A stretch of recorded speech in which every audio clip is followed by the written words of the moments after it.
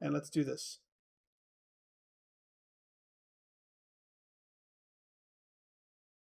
All right, welcome back. We are INFR3335U, Social and Multiplayer Game Design, in the fall 2021 semester at Ontario Tech University, and it's week 12, a very exciting week, part 1, and it's all around final presentations and your exam information. So luckily before we started recording, what we had was a nice, you guys kind of put together the the presentation order for me, which is pretty awesome. And so again, I'll share that. This is what's going to be the presentation order here. I know it's kind of small to see, but it looks like BitDisk is first, and then last is Everest, followed by everybody in between. So that's pretty cool. Thank you for that. We'll get back to that in a bit. We're sitting here at week 12. So again, it's the last day of class.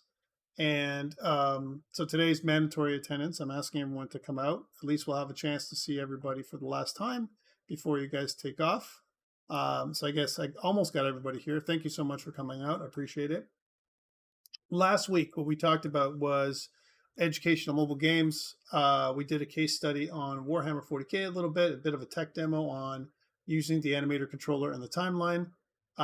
And this week, we're doing final presentations. A couple things that are due. Your final presentation was due today, so hopefully you've had a chance to submit it. If not, please make sure you do that now. It's still open. And your final release, and this is all the documentation, all that stuff. Your final release, which is your last version of your game design document and all that stuff, that's all due on Sunday. I've given you a few days to put that all together. Again, alleviating stress. That's the idea behind here. So that's what's due this week. I wanted to talk a little bit about the final exam before we get into the presentation order and all that stuff. So one thing to note is the exam period, if you don't know it already, is between Wednesday, December the 8th to Saturday, December the 18th. So a good 10-day period that you can do, calendar days that you can do your exam. Officially, it starts on the 8th.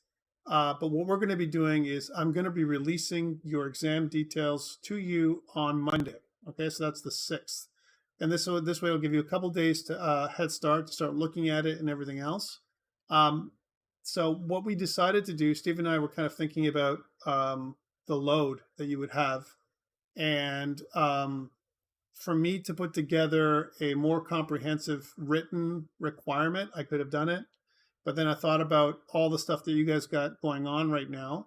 And I figured it just might be easier and more straightforward to have one thing to deliver for the end, which is going to be your practical only. So it's only going to be practical. So if you've kind of, hung out with Stephen during his labs and everything else, a lot of the details that you're going to see on Monday are all going to be related to the lab information. So if you've done the lab, of course, it's take-home test. There's no restriction on time or anything else like that. You'll have it from the Monday until the Saturday. It'll be open the entire period. Open internet, open book. You'll have access to every resource you need. The only thing that there will be, Andy says, well, we need to implement multiplayer. You will. There will be a multiplayer component in the exam. But again, it's going to be basic. Okay, we're not talking about very, robust, like, 1,000 players or something. It's going to be like, again, a couple players. And the exam itself will have a very straightforward setup in terms of the things that you've already done pretty much in your ILEs. You'll just do again, but kind of put together in a different kind of setup in the exam. Okay, so that's what's going to happen. And there must be multiplayer and mobile. So you're going to build for mobile as well. Those are the two parts in the second half of semester that we've been focusing on the labs. So those are the things that are going to be due. Okay. So again, it was a little longer than predicted. When I kind of looked at it with Stephen, I was like, okay, this is going to be a bit longer and I don't want to kill everybody. So we're just going to limit it to one thing. You'll be given a starter project on GitHub. It'll be released publicly on Monday. So that way, right now it's there, but it's private. It's a private repository. And again, the whole thing will be timed for about 3 hours. That's the way I looked at it. It probably will take you about that long, if not just a little bit longer to do. And that's why I said, you know what, if it's beyond 3 hours, it doesn't make sense for me to give you yet again something else to get done in that 10-day period, right? So that's why. Jonathan says, okay, a couple things here. A couple things. Strange that part 4 comes after part 5. Yeah, well, part 4, Fardeen, sorry, I missed that one, is it's the final release details. So again, I could have probably made the parts different. I could have made your part 4, your presentation, and part 5, your final documentation. I see it as like another release, whereas the final presentation is, you know, kind of something that you're kind of summarizing everything else together. So that's why I made it that way.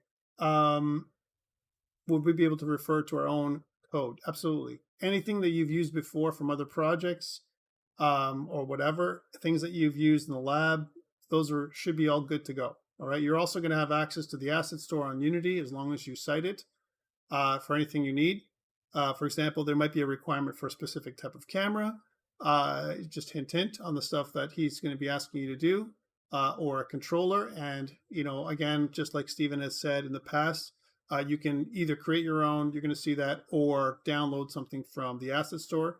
And that's kind of how we're going to go with it. Again, it will allow you to put anything you need together to complete your exam. Okay, so again, please make sure, this is a really important point here at the bottom one, which is please make sure you still attend your regular session with Stephen. It's not technically a lab, it's more of a help session for your final exam, and he will go through all the exam details with you during the Monday at 12:40, if I'm not wrong. 12:40 p.m. is when you guys get together on Monday. So please make sure you attend this one, as it is critical for you, and you'll be getting all the information you need for your exam during that time. Okay, as well as access to the template and everything else. So nothing that's too crazy there. Any questions or concerns related to the exam? Again, I'm looking over at the chat, and I'm also looking at YouTube. I see a couple people on YouTube as well. So if you have questions, again, whether it's on YouTube or whether it's here, so the exam info session will be on the 6th. That's on Monday. All right, so that means like just during your regular lab hour, Taylor. So that would be, and then that's on, I believe he does Google Meets, right? With you guys. So it'll be the same structure that you normally do for your labs, the same link, everything's the same. Okay. And I'll put that down here just in case someone asks again. So again, it would be for the video, when you look at the video, it'll be like, session is on Monday, December, I can't believe we're in December the 6th, right, at 12:40 p.m. on Google Meets, the regular link that he shared with you. Okay, that's where it is. All right, so that is this piece. Any other questions related to the exam information? So again, practical exam using Unity. You're building multiplayer. You have a starter, and you're going to have some a mobile component as well. You'll be kind of marked on several different tasks that you're going to have to do, similar to what you saw in the midterm test that you had, but more in terms of more details in terms of how you know, he wants you to structure the your exam documentation and everything else that you're going to put together. Okay, so that's coming up on the Monday. Please attend. And again, officially we start on December 8th, but we're going to release it on Monday, so you'll have a chance to have that extra couple of days, if you wish, to get going on stuff. Even when Stephen is physically with you guys or virtually with you guys during that couple hours that he's with you. Okay, so that is the exam information. Okay, so what about for the presentation? What are we doing today? Again, the expectation is you have a slide deck with all the details that I've asked you. So you're going to start with something. You're going to be talking over it, whether you're presenting your video, and your video should have a slide deck, or whether you presented live, you're going to get marked for your materials for your slide deck, things that I've asked you to put together. And for all those details, you can please look at the assignment requirements for your final presentation. And there's quite a few of them here, your title page, roles, all the stuff. So this is where those 35 marks are coming from. presentation, recording, and gameplay video. You're going to demonstrate your stuff on a simulator and so on. And again, it says presenting live during class time, but if you present this during class time and are available to answer questions, which is what I'm going to get you to do, right, then it should be fine. So that is the three pieces, the three main components or pillars of how we're going to mark you today. Okay, so live presentation, Q&A, 35. And then this stuff, maximum time is between 10 to 15 minutes. If it's shorter than that, that's okay. Yeah, that's fine. I'm fine with that, Joseph. If anything you want, you can demo it live. You can demo it on a during your gameplay. It's really up to you how you want to do it. And if you want to do a simulator or a device, that's also up to you. All right, so there's no stress from that perspective. And I also think that if I'm not wrong, the exam is also set up like that. So if you wanted to demonstrate on your phone as opposed to a simulator, I think that Stephen would be just fine with that as well. All right, so that is what's happening. Again, things to submit for that you should have submitted today is a presentation document in PDF format to Canvas, your presentation recording and gameplay video, as well as each team member must be present during the presentation day. So whoever is not here, that would be a bad thing for them. And I think we still are missing a couple of people. I'm not sure where those people are because I know there's 53 of you. Okay, let's get moving on this one. So we're going to start without further ado. I don't want to keep going into too much more detail with BitDisk Interactive Studios. And what I'm going to do is I'm going to stop sharing my screen and I'm going to allow BitDisk to take over. And let's just go into that right now and allow you guys to do that. You should see that share screen availability. And so BitDisk, whenever you're ready, we're ready for you. And I'll be recording, kind of your stuff on YouTube, so we can also see the stuff that you're going to be coming out with. Again, please remember to share your sound if you want your sound to be heard. Okay, otherwise we won't be able to hear your sound during the presentation. Okay, so BitDisk, whenever you're ready.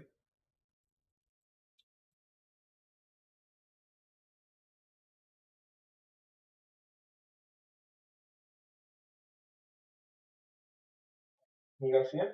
Yep. All right, cool.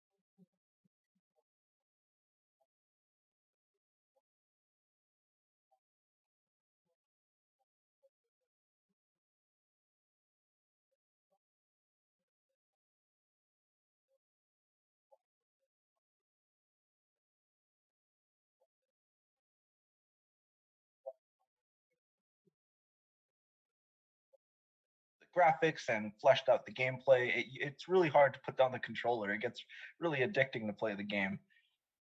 So yeah, the story of our game is the year is 2053. And artificial intelligence has come to the point where you can mainly go and get any sort of android robot to do whatever you really need to, from taking care of the elderly to doing your grocery shopping to you. But the main focus in this time has been on using them for warfare, because that's what it always comes down to at the end of the day. And what was considered to be one of the greatest, worst attacks in modern history, one of the biggest in what people can remember. China hacked Dynatech Labs, which in our game is a cybernetics research and development facility, which was funded by the United States government. So they hacked Dynatech Labs and have taken control of all of their prototype androids and are now using those robots against the United States to try and overtake them.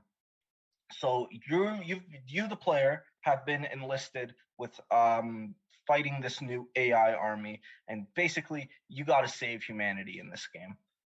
So the mechanics, the dynamics, and the aesthetics. The mechanics are kill enemies, gather points, buy new weapons, kill more enemies. The dynamics of that is you can use those points to upgrade your already currently equipped weapons. You do this in order to keep up with an everlasting enemy horde. As the game progresses, not only do enemies increase in difficulty, they increase in quantity. You're going to be fighting a lot more enemies in round 50 versus round 5. So to keep up with that, you can upgrade your level.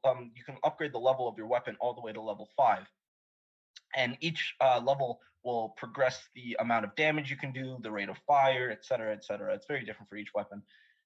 And you can fight these enemies in 2 different environments.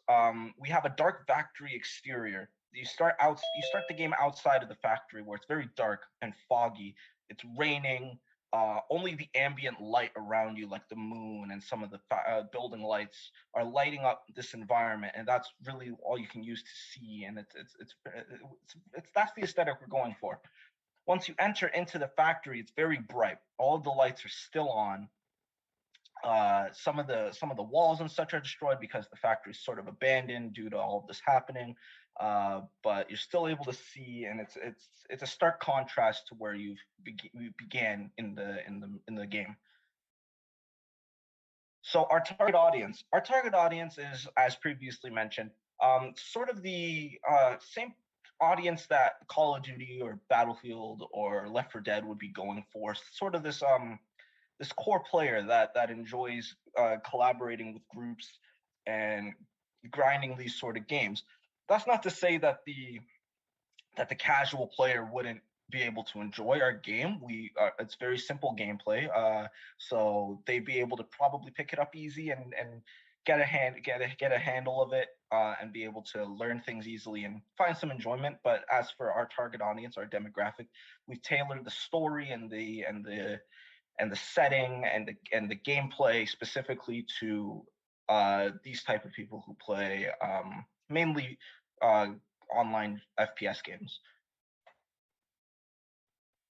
So now we have a game demo. So zoom in here. So this is what we're going to show you first is gameplay of the mobile version of our game. So this is the mobile version of the game.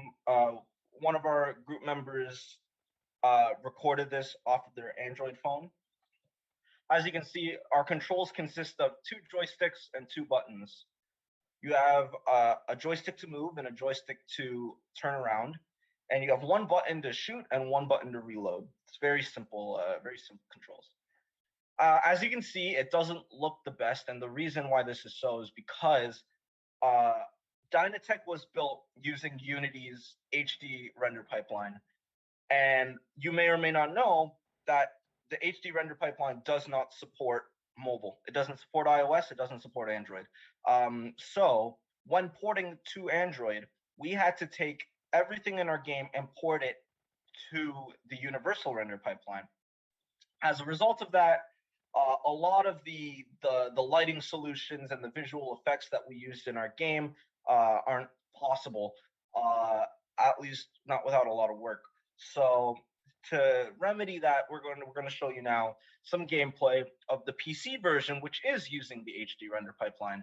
As you can see, It's the aesthetic is there a lot better. It's raining. You can see the particle effects coming down. A lot better lighting. You can see a lot of lighting from the gun, for example, uh, from the hit markers on the enemies. Even the orb that you use to reload is glowing. So that you can see from the fallen lampposts, they're glowing. And yeah, as you can see, it's a very stark contrast to our mobile version. So yeah, that it's essentially a proof of concept to say that we can do a mobile version. So yeah, lessons learned. As you can clearly see, we weren't really prepared to build for mobile. So in the future, we want to be better prepared for building to these things that don't support the HD render pipeline, such as mobile, but also WebGL. So and as a result of that, we plan on having two different branches of our game, one that's using the universal render pipeline and one that's using the HD render pipeline, so that rather than trying to scurry around and backport everything to URP for building to a non-supported platform, we can easily just port it from the different branch of our game. Inconsistencies between editor and build script execution order was also an issue that we ran into. But putting more thought into the code structure of our game and execution architectures will help us avoid that in the future. And finally, one issue we did run into in the development was we accidentally created a memory leak in the game. We don't know what caused it. We were troubleshooting the hell out of it. We tried to go back to different commits to see what was causing it. And then one day we just accidentally fixed it. And we don't know what fixed it. To this day, we still don't know what fixed it. It just happened, but now it's not an issue for us anymore. So yeah, I don't know. And now future possibilities. We've set up most of the back end and the now, so we have kind of a skeleton as to how the gameplay is going to be.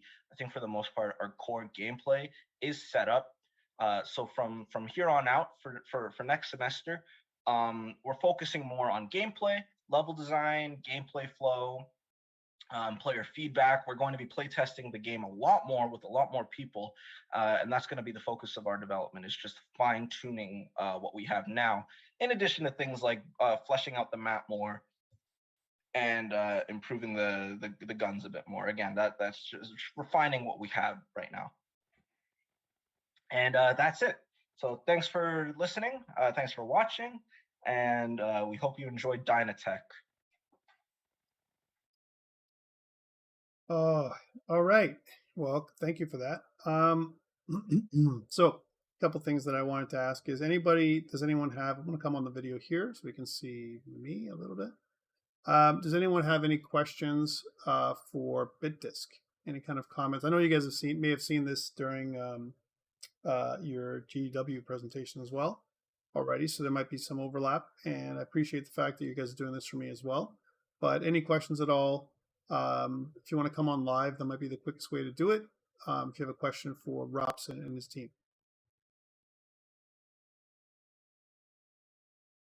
So if there's no one who wants to ask questions, so you mentioned the URP versus the HDRP and stuff like that, right? So here's my question for you. And you tried to convert all the shaders. Is that what you tried to do? Like over from the HDRP to the URP, and it still gave you those issues? Yeah. Because I find, like, you know, when you got your gun flash and all that stuff, that's just literally you know, it's a billboarded, you know, kind of texture. That's what it is, right? And then you're just kind of putting in that you know, your material. So that, I think that's a pretty easy fix, to be honest, right? So I'm surprised that you couldn't get the texture replacement done in there. The textures and the materials weren't the biggest issue. Our biggest issue was mainly getting the lighting back to what it was in the HDRP version. It's not as flexible or functional as it is in HDRP, the universal render pipeline. And did you use the post-processing stack? Is that what you used to create the effects, or? VFX? For some, yeah, we had some post processing effects, but for stuff like the fog, yeah, we used the fog and weather volume. Yeah, so yeah, we did use the post processing. Okay, so sometimes I find that when you're using post processing stack anything, and if it's on even if it's on URP, you'll get really weird results. Yeah. And that's kind of it. Of some, but again, good learnings for you guys. I'm glad that you guys went through that and you saw the issues. It'd be the same thing if you were going to produce a game like this on VR, right? So if you're actually going to do something with like right on the Oculus Quest, think about the level of detail and all that stuff that you would obviously try and scale down. So the mobile test is probably a pretty good test for you to kind of get you to understand, kind of how how that would work on a mobile device, even on Oculus Quest, right? So that's good. So even though you had some issues, it makes me happy because at least you've gone through the details like that. Memory leak is weird. And did you guys try and profile it at all? Like I know you guys said that you were looking at trying to fix it and suddenly disappeared, but what did you guys do? We did do some performance profiling. Less so on the mobile build because we weren't having performance issues, and we just wanted to see if there's anything we could optimize on the main build. Okay. So we did some profiling, and everything was running pretty well. There wasn't anything like super crazy. Okay.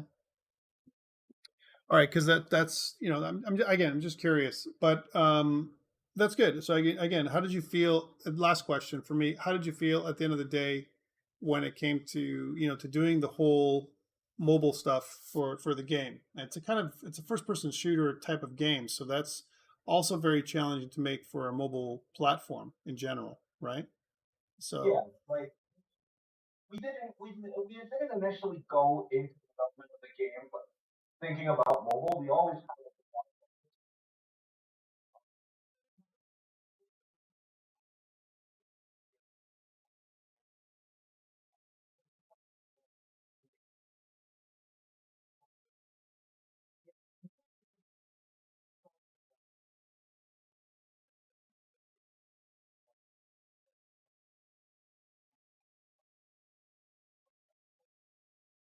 okay. Well, again, thank you very much. To me, I mean, you went through the details that I want.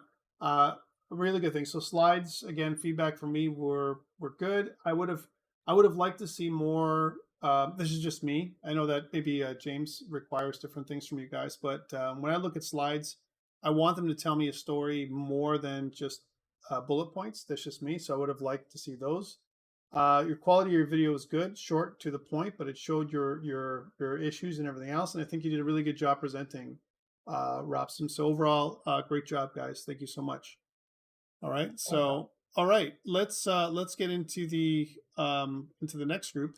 So the next group up is, where's my little notepad that I had up?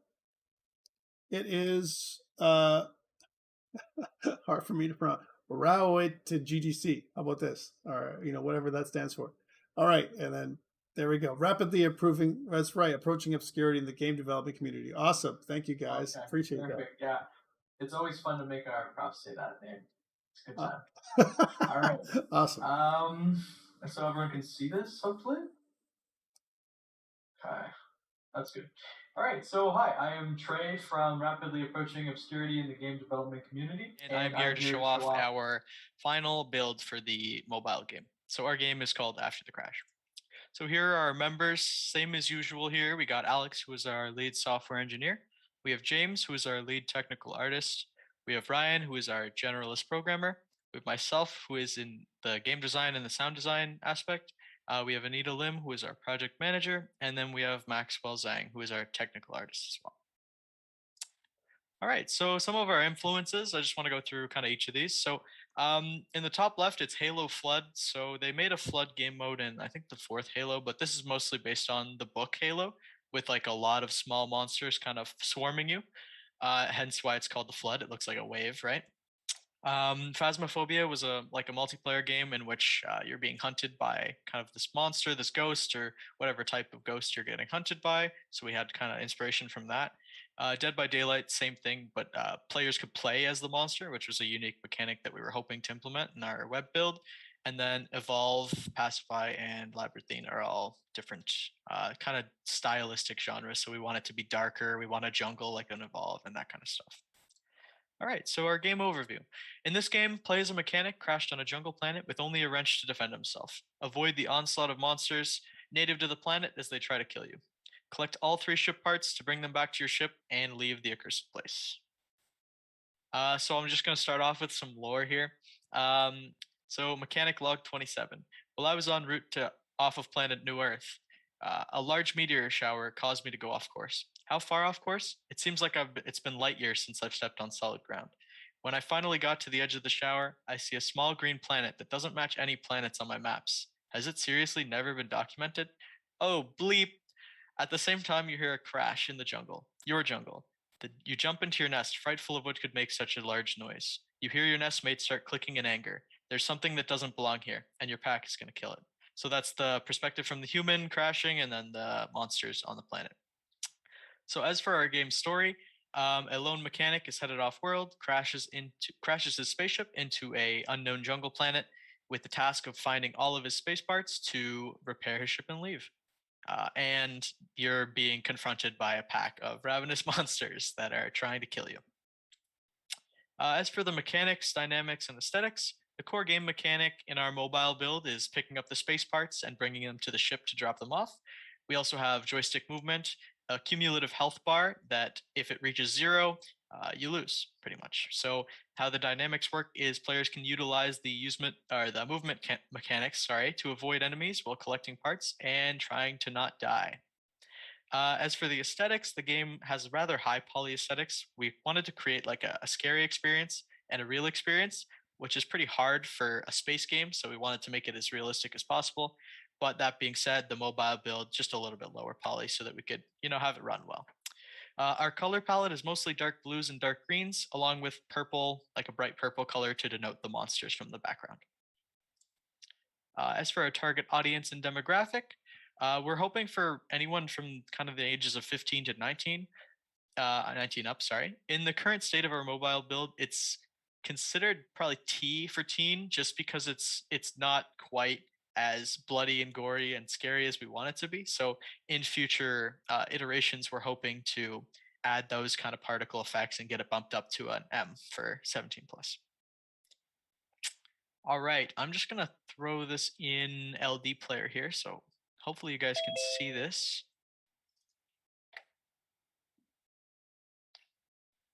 All right, so if I turn this, there we go.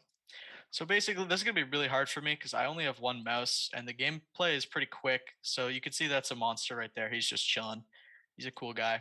You can pick up these boxes. These are the ship parts. And then you have to bring them over to the ship, drop them off. And as you can see, there we go. And I'll show you another run just because this one I've already probably died. There we go.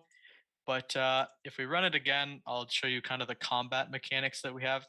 Right now, we just have AIs kind of spawning at the edge of the map and trying to look for you. So we'll just sit here and wait for some guys to come around. So there's one. He's just hunting me. And then if I press attack, I swing my wrench and that kills him. So they just spawn every so often randomly, but they come towards you until you get to 0 HP. So basically, you have to find all the ship parts before you die.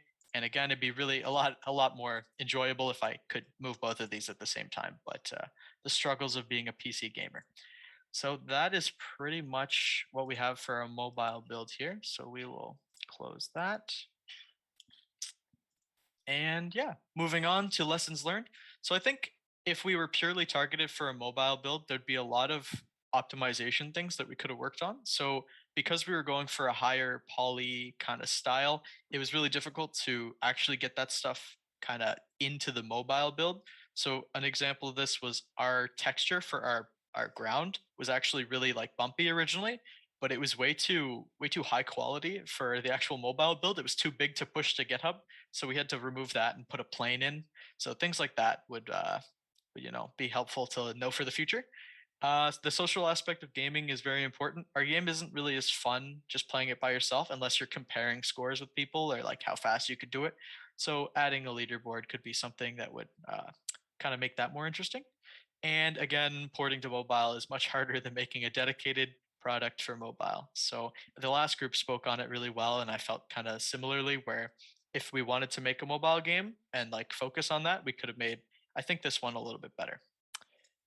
Future possibilities. So the leaderboard and other multiplayer systems. So our actual web game, it has like multiplayer, like PvP kind of thing.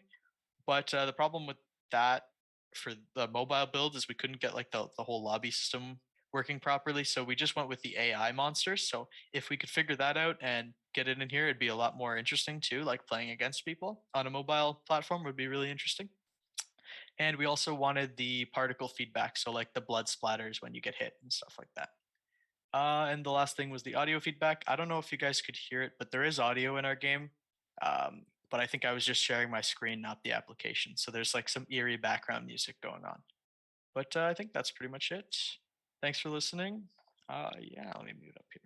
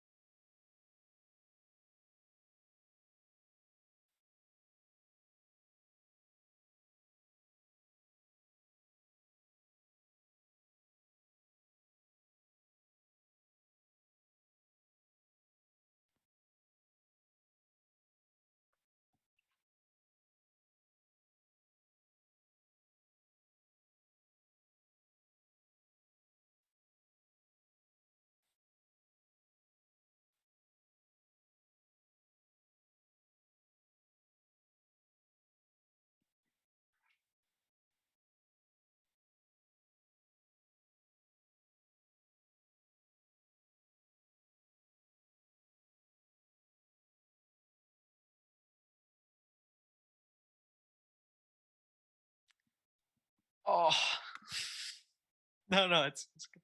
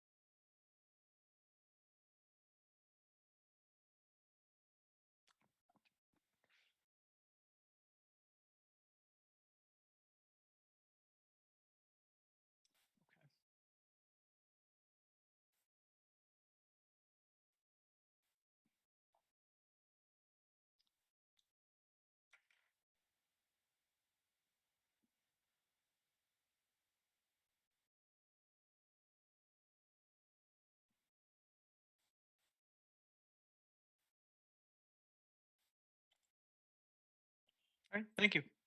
Yeah.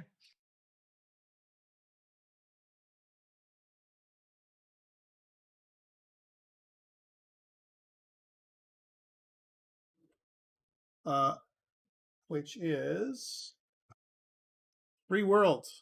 Free World. You guys are the next group that are coming up. All right.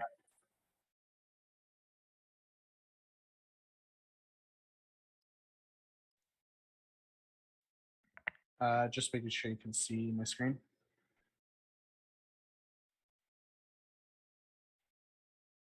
How about audio? How do I do that? Do I need to share the tab? Okay.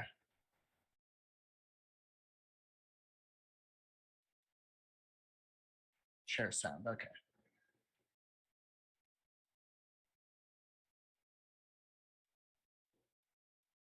Social multiplayer game design. How's that?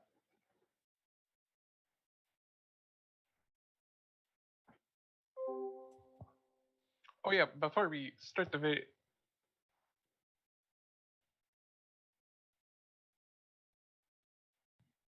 You cut out? Wait, yeah, sorry. Wait, can you hear me, Ethan? Yeah, I can. Can you hear the video? No, my green light's not going off on Zoom, which is why I was curious. Okay. Just to preface, we made a new game for this class since we were doing volumetric. So that was just wanted to get that in there before the video starts.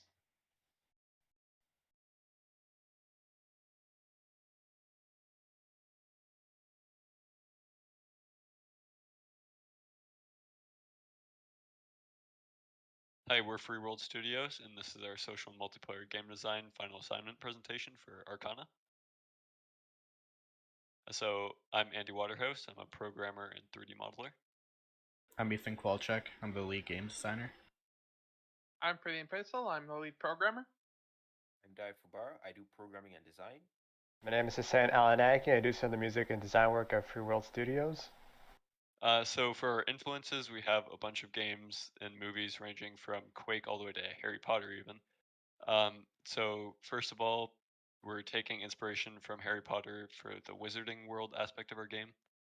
And then we're using Avatar: The Last Airbender for our attack type because we're using different like elemental spells, sort of. And then we're using some gameplay from Unreal because it's like almost like a first-person shooter type. And then the movement we're using from a combination between Black Ops 3 and Carlson because they have wall running and like grapples and a bunch of other cool mechanics that you can make use of. And then Dungeon Defenders for some of the art style for the characters.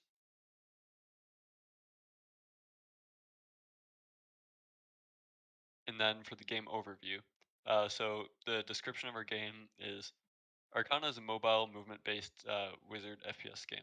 It is the player's job to fight off hordes of rogue wizards with different abilities while traversing the landscape with the mechanics mentioned before.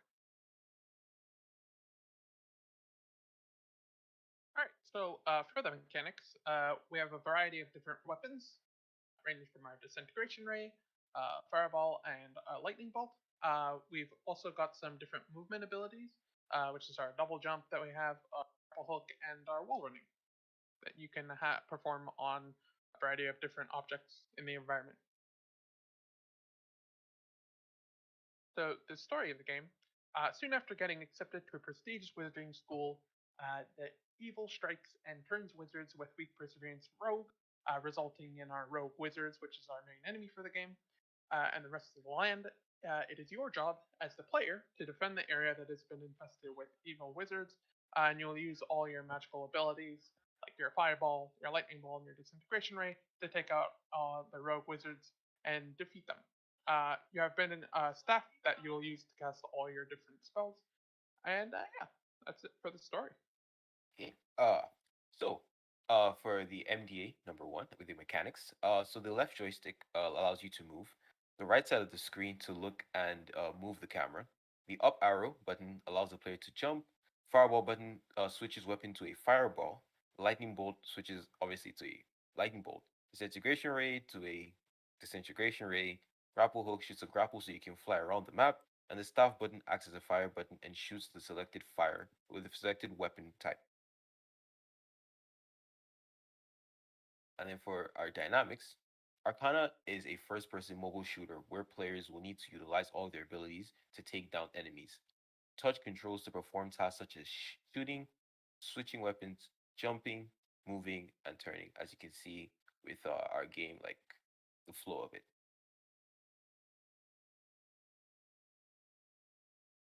Aesthetics. Our game is a fantasy wizard game. To reflect this, we decided to make our game stylized and continue to fit the fantasy aspect.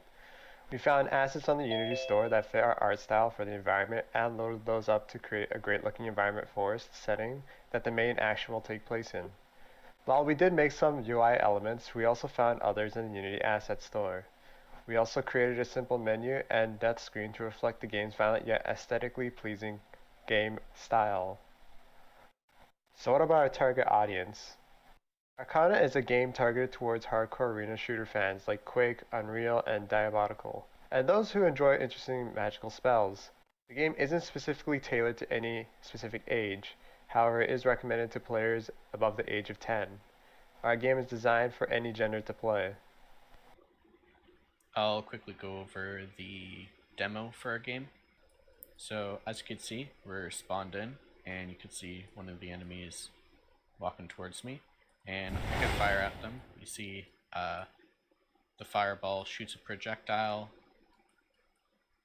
and does damage. You could also see the hit marker. It actually does splash damage, and as you can see, I got hit by an enemy and I died. And I can return to the main menu, replay, and it'll spawn me back in. I could also change weapon types with these buttons, as well as I have jump button, I have a double jump, and if I click multiple times it won't work. Let me get away from this enemy.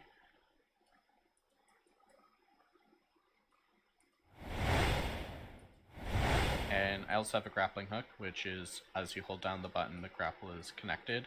It would be a lot easier to show off if I have more than one input, but I do not.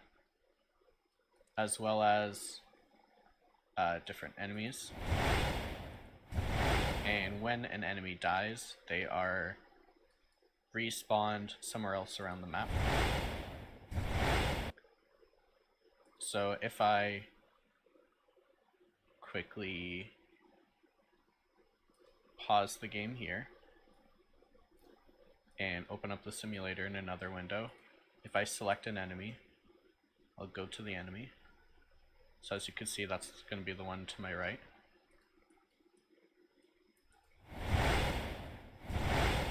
And when I killed the enemy, now if I go back to where the enemy is, it spawned in a random set location around the map.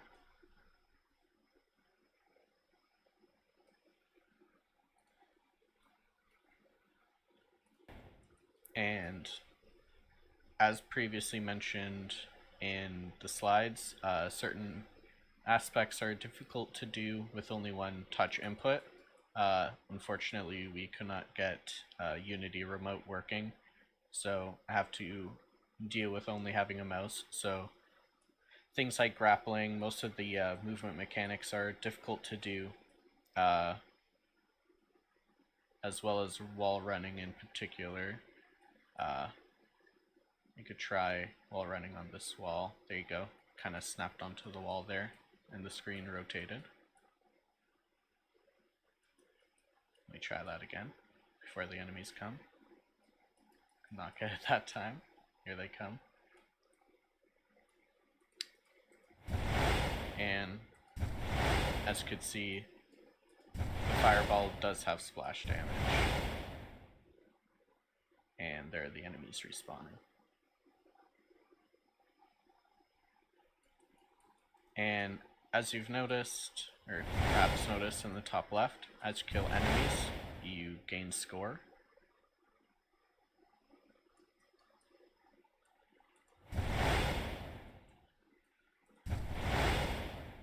And as you can see here, I got hit by an enemy, and I have a bloody vignette effect around my screen to indicate that I'm in an injured state. And if I get hit again, then I die.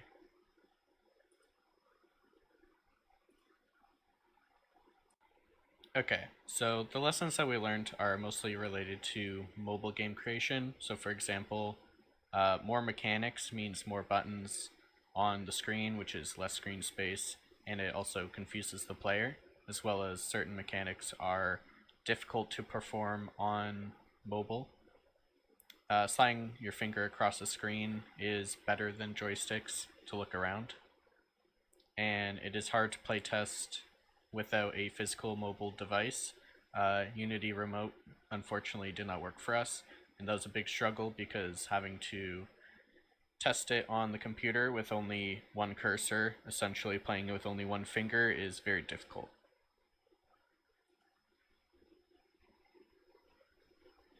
As for future possibilities, there's quite frankly an endless amount of what we could add. For example, we could implement multiplayer, so you could play with friends or random people.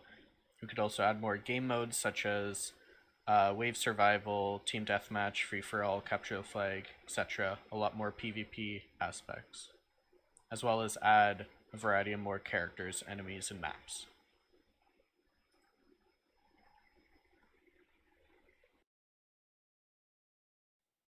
Thank you for listening. All right, thank you for that. So just a couple things from my part. Good. I mean, I think I really liked your I liked your slide deck. I think that was good. I think it was kind of a good balance between like I'm just talking materials now, between your customized slide deck and the things that you wanted to talk about, which is good. Thank you for that. Moving on to your gameplay, I thought the gameplay was very good. I kind of, I'm surprised, especially since you made this game just for me. Thank you. I know that you guys are doing the volumetric combat stuff, right, with Dr. Hope? Yeah. Yes. Yeah. So I think that so from that perspective, I think for what you made, it's great. It gives you a chance to explore stuff, which I'm really happy that you did. And yeah, there's some issues, but again, just to keep this in mind, you can always, I recommend always, this is for everybody, a backup so that it works on PC as well. And as well on top of that, you could have done it for like WebGL, like kind of in the same structure. So worst case scenario, let's say for example, I had a ratio of 3040 by 1440 for my phone. Then what I could have done is produce it on WebGL and have kind of that same look and feel to it with, instead of touch controls in this case, because you're just prototyping, you could have shown, mouse and keyboard kind of controls as well, right? So that's something you could have done. LD Player and other VMs also support that as well. So that's something you can take away. So if you had, let's say, you're getting input from your joystick and you're using touch controls, let's say the regular old input manager from Unity would work just fine. And so you can have that as a fallback. And I recommend that when you're testing for mobile anyway, because in this case you don't have a device, right? And I'm sure most of you don't have a Mac, so that would be the other platform that you could have done. So I think mouse and keyboard would have worked, a lot better, and you would have had a much smoother experience testing things out. However, all that being said, really happy with the actual project itself. I think it gives you an alternative for something that you could do. I know that there's a lot of placeholder assets and stuff that you've downloaded from the store, but that's okay, based on the fact that it's just a project that you made for me and not your GEW project. So guys, thank you so much. Great presentation. And I really like the fact that with the lessons learned and all that stuff. So thank you so much. Great job. All right. Let's go to the next group. For you guys, that was Free World. Let's go to JPEG. I think JPEG's next. Hello. Hello. Can I be heard? Oh, I just realized I won't be able to. We can hear you. Leo. Okay. Is it working? I'm gonna be hearing double. It's my. You're fine. You're fine, Matthew. Hello. Can you hear me? Well, yes. Say your name. You're echoing. No, I muted him in Discord. Okay. Just get the slides. Oh yeah, just. All right. I know. I'm getting the slides up. Give me a second. Yep. There you go. Share screen. Wait, were you hearing me in Yes. Discord or? You're good. You're good. Okay. Oh, okay. That's how they select it. That was different. Okay. Anyways. Slides? Yeah, we're good. Yep. All right. So, okay. So wait. Yeah. Hello. We are JPEG, and this is Mecha Mayhem Reprogrammed, or Mecha Mayhem 2. And just a disclaimer, we are also one of the VCombat teams, so this is a completely new game that we made just for this class. Here are our members, our beautiful, beautiful faces. Jonathan J, Matthew North, and Leo Bueno are our programmers. Matthew McPherson is on the game design side, and Jonathan Lung and myself, Jaden Bakhti, are technical artists and modelers. So as far as influences go, we got one main influence. So San Francisco 2049's battle mode on N64, and you'll get to see that in the gameplay, the heavy influence that came from that game. All right. All right. So Mecha Mayhem Reprogrammed is a mobile Unity remaster of the original Mecha Mayhem, which was our last year's GDW game. And we've ported it into Unity and remastered it. So this version contains a single player mode where you faced off against AI-controlled turrets in an attempt to destroy them all before getting killed yourself. So the players will pick up weapons scattered around the map that'll help them defeat the enemies. You also have a dash move to help you maneuver around faster, and you can punch when you're out of weapons. But be careful, because when you die once, you're done. All right, so this isn't exactly a story-focused game. However, Mecha Mayhem itself is a simulated battle arena, and in this arena, various robots fight each other and enemy turrets in order to see who's the best robot. So, again, not very story heavy, but the environments themselves will play a role in the game's world building. So it is a whole simulated arena. So each map will be visually designed so that you can tell it's not just some random event going on, but part of this big arena tournament.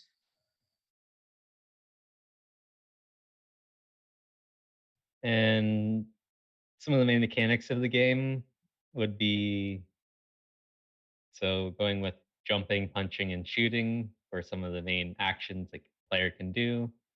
You can dash in any given direction, and you can basically pick up weapons, and these will usually be guns. You can also do a few things, like a knife.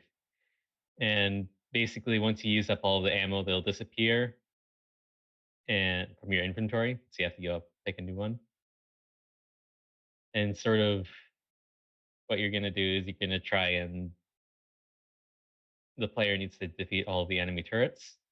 And the aesthetic, because we are in a more futuristic world where everything's heavy duty and whatnot, basically it's robots are all metallic, the world is metallic and such. So that's about it.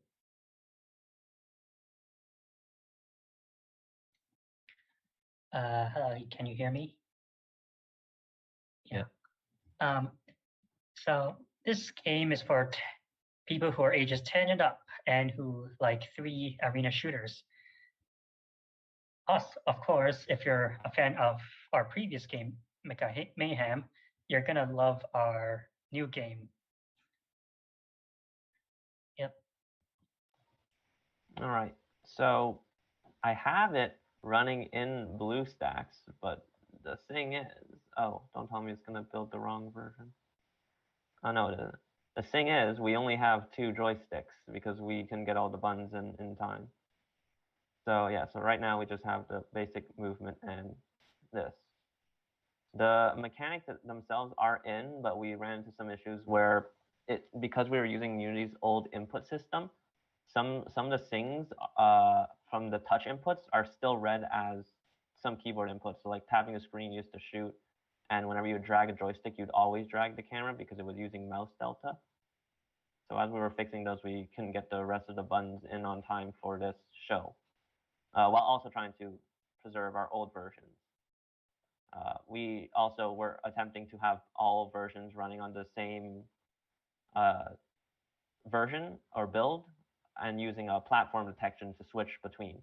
So you'll see that in the Windows build, the joysticks are gone.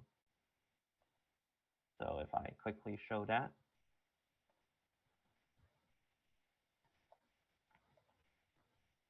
So I press play again, you'll see the joysticks are gone and it's the exact same exe/build Unity project, whatever. Yeah. We have turrets that have tracking, so when I get out of its view, it's going to snap back to where it was, and it's doing a left and right search for the player. But if you enter its scan range and view, it's going to track you and start shooting at you, and you'll lose health.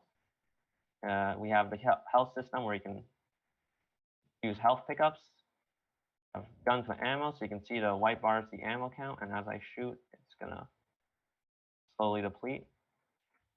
I'm getting shot from two ends. And the goal is to kill all 5 turrets. So there's 5 turrets spread around the map, and you have to find them all. There's also some spawners with a variety of different weapons with their own delay and range of weapons that can spawn. So not all spawners are the same. Some spawners only spawn heal packs. Other spawners have, well, as you can see here, we have a sniper rifle. So if I shoot here, it's a slow one, but it can 2-shot it. That's the last one. Oh, the camera is... There's something happened with our transform for the camera, and now it's offset. We didn't figure out why that happened, but we're gonna fix that once we figure out what exactly is causing it for the final build. There it is. There's the last one. There you go. And then that's the windscreen. Yeah, that's what we have so far, and we're gonna be adding a little bit before we submit it for assignment 4, and that is something that we have learned about. So one thing is that, hey, we also chose vCombat, and that was maybe a good idea, maybe not, but it led to us having to pick up more different types of works. And time management is very important when it comes to that because, well, we're working on many different things because of all our different courses. We also realized we were porting the game from our old engine to this one, and there are some things that we can't transfer over that we thought we could easily. Because of C++ and C# size, as well as a Unity funkiness. We also realized, because we were focusing on trying to get it to work in a multiplayer setup with pun, as we learned it in class, even if we use pun, there's some things we need to learn about, research about, which we wouldn't have had time for, the main thing being health and data transfer, because that's not something we really learned about. So that was brushed aside for the turret system that would be the standalone. Lastly, mobile builds are difficult because of UI considerations and some testing because of, well, Unity's old input system causing some funkiness to happen. As for any future possibilities or prospects that we can go with this version of Mecha Mayhem, we could choose to add more levels in characters. We can have unique stats on these characters, make them jump higher, or have different modifiers, different game modes. Overall, we definitely need to polish and perfect the control scheme and polish and perfect the gameplay. Another potential thing we can take moving forward would be to fully integrate the online multiplayer support using a number of available APIs. We could use Pun, we can use Steam's API system that they have there. We can also take the game onto Steam, release it for free or release it for cheap. We'll see where we decide to go with it. And that's everything. Thanks for watching. All right, yeah, listening.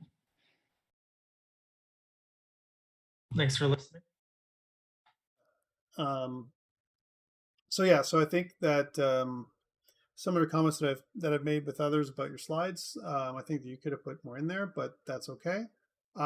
In terms of your gameplay, the thing that was really interesting to me was that your game was a remaster. I saw your other game from last year, so very, very interesting how it came across. By the way, I've seen a lot of games coming in from C++ trying to port it over to Unity, and then they're like, wait, what? Unity's supposed to be easier. But actually, like you said, there's some stuff that just couldn't come over. What were the things that you couldn't bring over? Example. Could you mention something? Yeah. Yeah. One thing is because we were using Bullet, so it's a different physics system, so there are some funkiness, but we still have like some new things One example is we were using, and so storing tags and getting components and all that was done in a different way because we stored entities in bullets. Here we have to use the tag system when checking for raycast or try component and a bunch of other things, but it was a little bit more fun for us to learn. We were also abusing C++'s C++ness, so that meant we couldn't just copy paste code because some of it does not make C++ a C# happy. Not at all. Yeah. And also, we customized the engine from last year, so we had a lot of things that just we don't know how we would do it in Unity because we just hard coded it in ourselves. Yeah. Or like the menus and morph animations is one because we had our own morph system. We had to write a morph system in Unity. Yeah, there are no morph targets, that's for sure. In Unity, it's a different frame-based animation system that you use with mesh, kind of a mesh-based animation. So yeah, it's totally different. That's true. So again, lots of great learnings from you guys. Shape keys, yeah.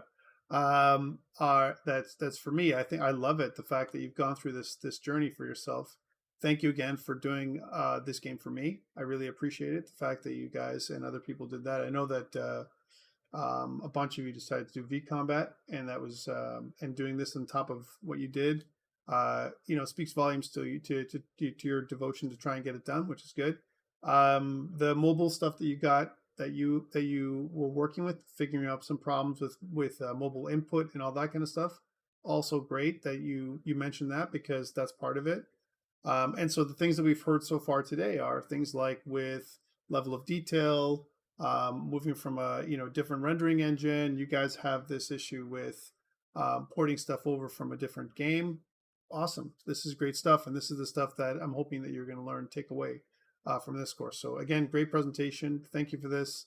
Again, I'm really looking forward to actually seeing your vCombat game next semester, maybe even live. We'll see how it goes.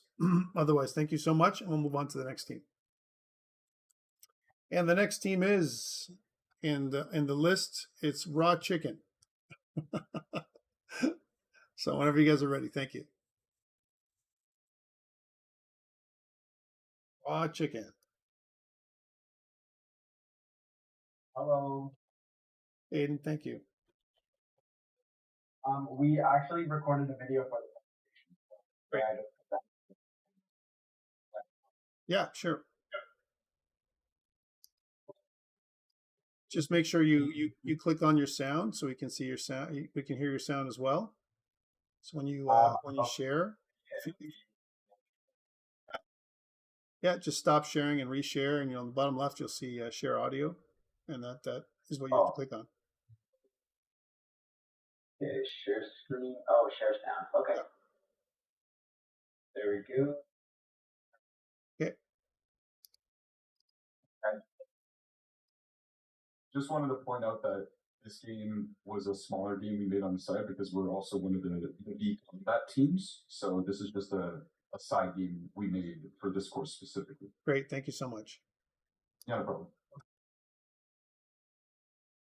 We are Rochek Productions, and this is our Project Part 5 presentation for the Social Multiplayer Game Design course at Ontario Tech University. So my name is Tyler, and I am the project manager and generalist programmer of the group. We have Kristen Rigi, our technical artist and one of our game designers. We have Aiden Gimple, our lead software engineer and our gameplay programmer. Jonathan Narayan is our lead artist and another game designer. And finally, we have Aaron Chan, our sound designer and our last game designer. So some influences for our game came from three well-known dungeon crawlers roguelikes. First being Binding of Isaac and Enter the Gungeon, taking our inspiration from their roguelike and dungeon crawling aesthetics and mechanics. For our game, we heavily based off Binding of Isaac for its shooting mechanics and how the room generation works, and just this top-down appeal that we have in our game. And for Hollow Knight, the aesthetic-wise and how we decided to set up our game's atmosphere and its art style. So our overview of the game goes as follows. So our game is called Descended. It's a 3D roguelike game where the player navigates through different floors to reach the end. And along the way, they can encounter different enemies that will attack the player. But the player, once they defeat them, can collect power-ups, which will help increase their odds to reach the portal and to continue to the depths of hell. So, deep in the darkest hells of Gehenna, we find our main character, El, who is a tiny fae-like creature, and they receive a mysterious message to come find someone. El must gather the courage and plunge deeper than ever before into the depths of Gehenna to seek out who is this mysterious person, while trying to survive the onslaught of enemies that come in its path. Equipped with its trusty kakute, a knife-like weapon, El must journey through the desolate landscapes and challenge all the enemies and bosses that block its path. So, for our mechanics, the player can simply move around the level and freely explore the map, while they can also shoot projectiles in the 4 cardinal directions. Players will start with 100 hit points, and enemies will chase and attack on sight. Once the player has cleared out the entire room of all enemies, they can advance to the portal and go to the next level. Now, for our dynamics, the player can shoot enemies that are attacking, and, well, they must defeat them to enter the portal. And we have 2 types of enemies, a melee one and a ranged one. If the player gets hit by a melee enemy, they'll be knocked back and take damage. If a player gets shot by a ranged enemy, they will also take damage. And if the player runs out of hit points, they'll be knocked out and will respawn back at the beginning of the level. Now, for our aesthetics, our music is pretty fast-paced and high energy, but our environments are dark, foreboding, and ominous to make it seem like a very dangerous place. A top-down dungeon crawler, so that the player can see more and they'll be feeling more on edge and be constantly paying attention to the surroundings, creating a bit of more tension as they dodge and defeat enemies. So as for the target audience, our personal target audience, we thought would be those who are seeking a challenge, those who want to play fast-paced games more seriously, and because it's going to be a harder game, it's less casual, and obviously people who enjoy roguelike games and dungeon crawler games are going to enjoy this game, as this is also a roguelike dungeon crawler.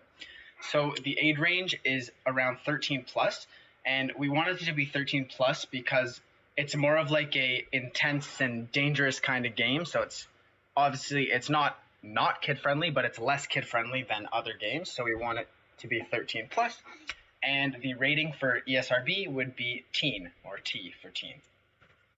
Okay, so here we are in the game demo. So first I wanted to show it off in Unity, and then I'm going to show it off in LD Player to show that it works as a mobile build.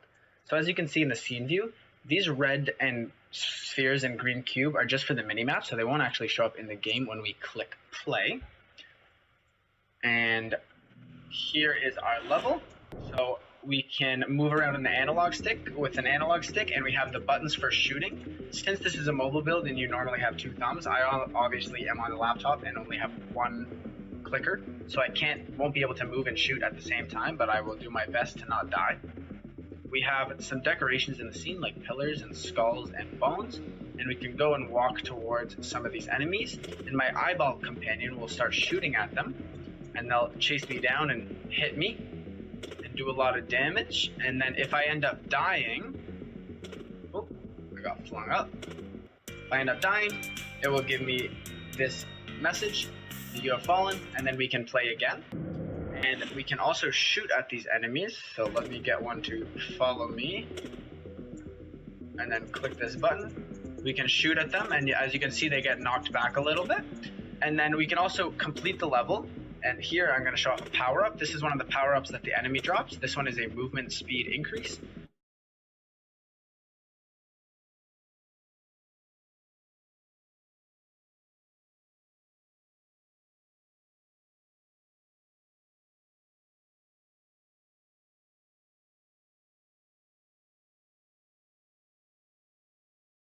We are on the last enemy. Oh, well, that is embarrassing. I'll be right back. Okay, so now here we are on our last enemy. So let me just finish him off, hopefully without dying, without being able to shoot, because I only have 1 thumb. Come on. There we go. So he is dead. And then in the middle of the room, there's a portal. And once I kill all the enemies, which I just did, I can finally walk in. And then I can play the level. screen, deeper yet deeper, and then here you'd be able to go on to the next level, but obviously right now we only have the one level, so when we press it, it resets back to the same level. Okay, so here we are in LD Player.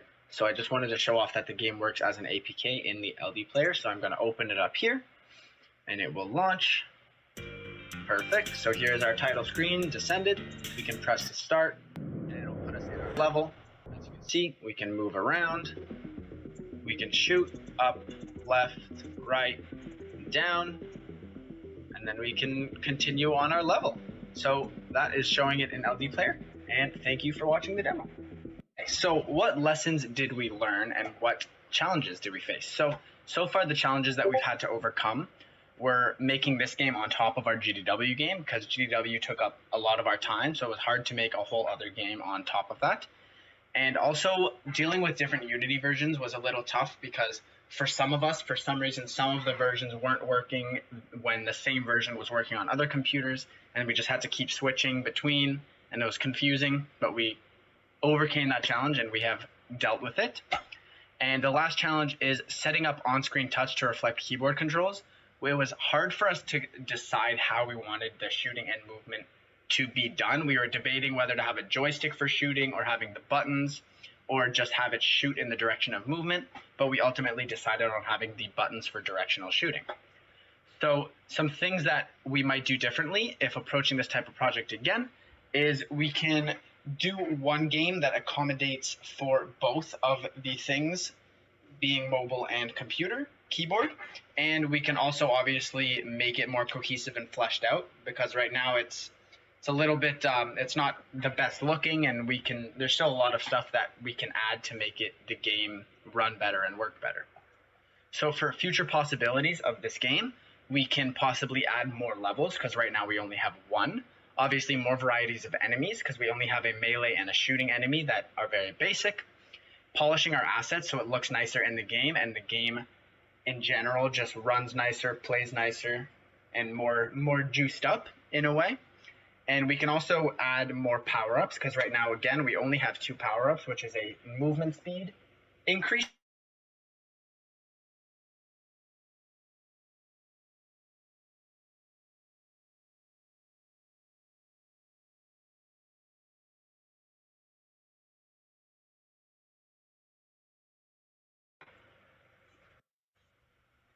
We are wrong.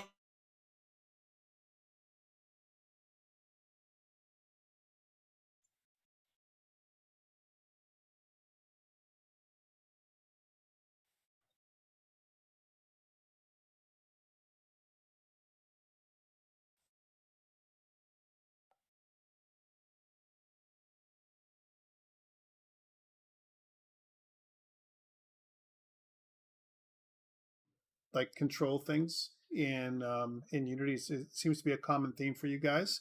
So that so the fact that you went through it and learned about that was good. It's really good learnings for me. And you tried it both on in the simulator as well as in LD Player. That's a good thing. Again, LD Player is just a virtual machine. I think takeaways from this when it comes to mobile development in general is developing it on a device, right? That's the thing. If you could do it optimally, I think that would be the best thing to do. Sometimes that's not always possible. I did have a question for you guys though. In terms of your gameplay, like you had a lot of elements in there, and again, was it mostly downloaded from the asset store, or what did you guys do?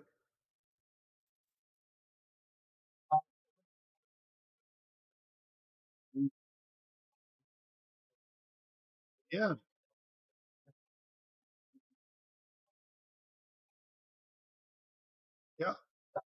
Yeah. Yeah. So I mean, so the fact that you guys did all that on top of it, made your own assets and everything else, was to me like when I was looking at it, I was going, wait a minute, that doesn't look like necessarily all the assets from the asset store. So yeah, lots of work that you guys put into this. So again, super impressed with the stuff that you were able to do.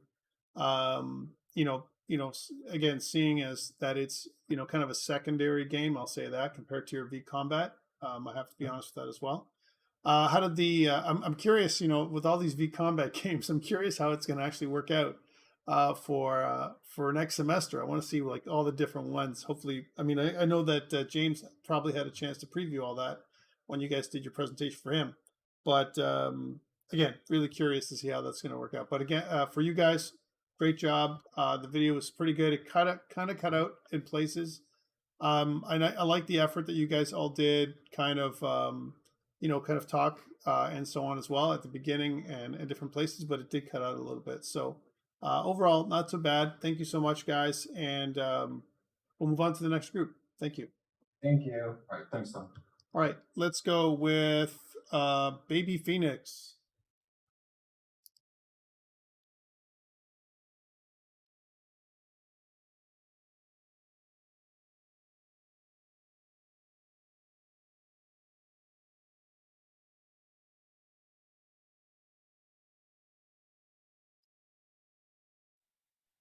Hi, hello, can anyone hear me?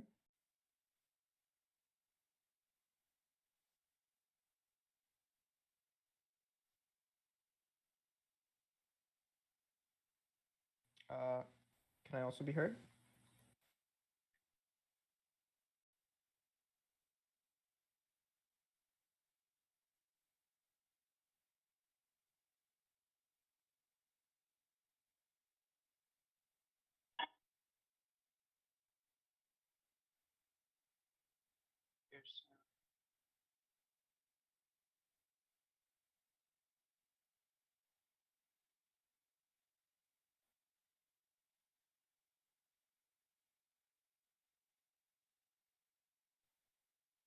Okay, so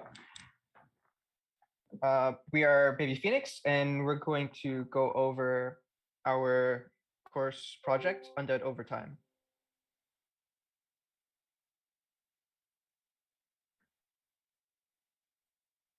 So in terms of the roles, I think we're all going to introduce ourselves. So I am Renonk. I'm the lead software engineer and the audio engineer. My name is Sashan. I'm the game producer and technical artist.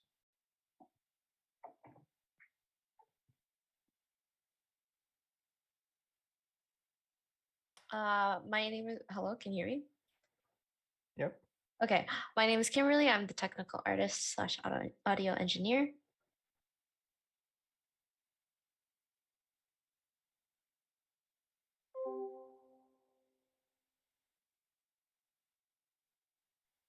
I guess the mics are not working for anyone else, but IE is our gameplay producer and a generalist programmer, and Jin Chan is our technical artist, generalist programmer, and Farhan is our gameplay producer and our user interface and tools programmer.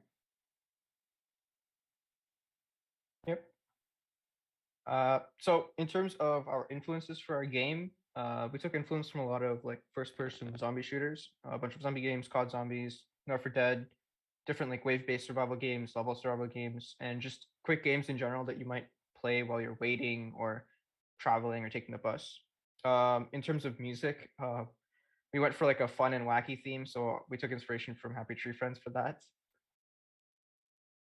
Our game overview, like we have a 3D FPS mobile game, and it's a lot less serious than most typical zombie shooters, which is it's not what you would expect it to be like based on the starting and ending of the game, and that contrast is what generates interest.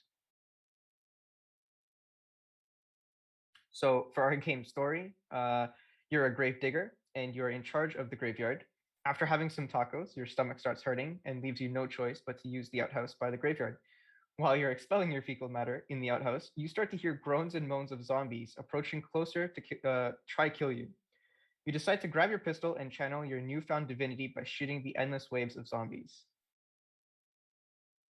Our MDA, for mechanics, you move with your left joystick, rotate camera with the right joystick, as standard for most mobile FPSs, and you would shoot the zombies with the shooting button and clear a wave and start the next wave.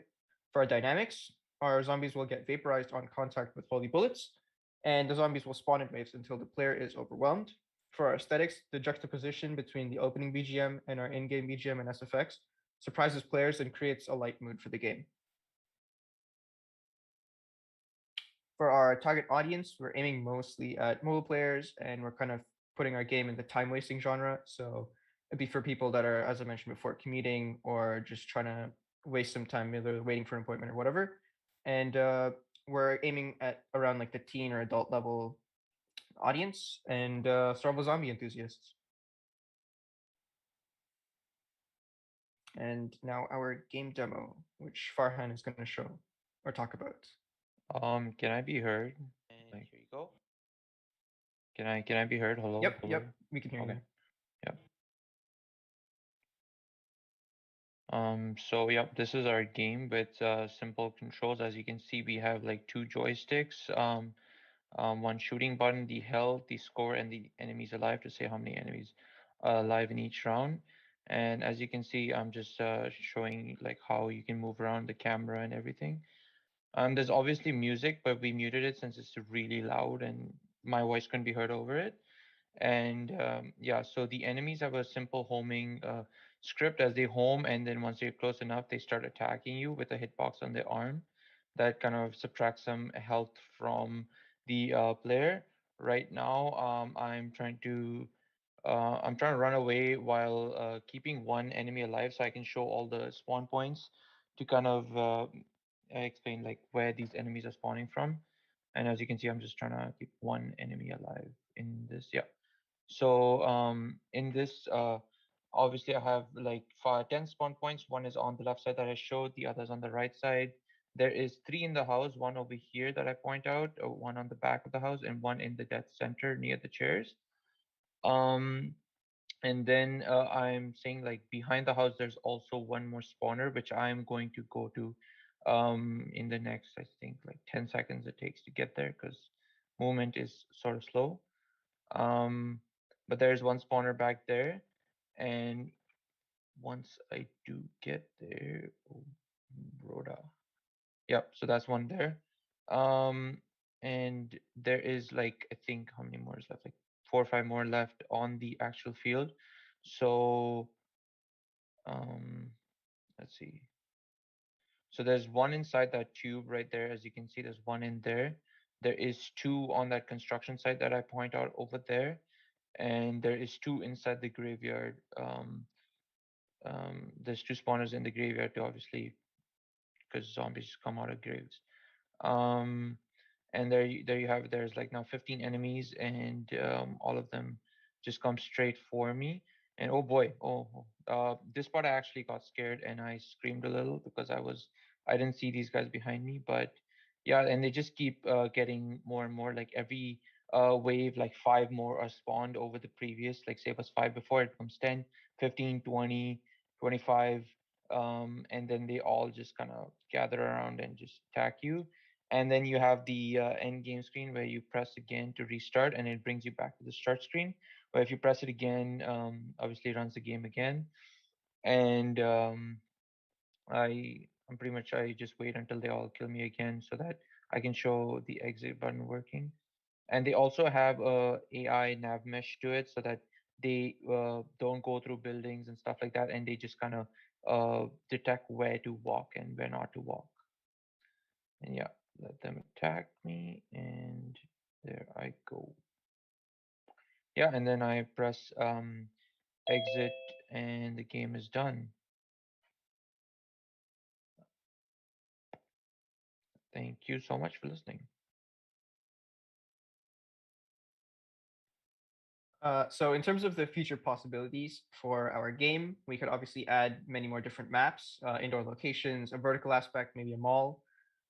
We can have different types of enemies that will attack in different ranged, heavy, light, scale their health. We could increase the strength with each wave. We could add an ammo system and item drops and more guns, obviously, so that would add a bit more variety to your combat. We could possibly add more VFX as well to add more juice to the gameplay, and a multiplayer component, of course. Some of the challenges we faced while making this were the shooting mechanic was a bit hard to make because at times it was kind of hard to tell where you're shooting. And in hindsight, it would have been better to use the raycasting because with the current method that we're using, what happens is the hitboxes sometimes don't align properly and the bullets would destroy zombies that they're not actually supposed to hit. So raycasting would have been a bit more of an accurate method, but that was one of the challenges to get that implemented. And then obviously for the art side, we had to design the environment models according to what the AI agent could navigate across. So we had to like account for the slope and step height and all that. And our third-party asset acknowledgement, our zombie model textures, animations is all from Mixamo. And for the music and the sound effects, it was the Happy Tree Friends opening, and we had some gun sound effects from a free Japanese SFX website called Mada Audio. And one challenge to mention specifically is that we're also one of the combat groups. So this was along with 3 other projects that we also had to make along the semester. But yeah, Right. thank you.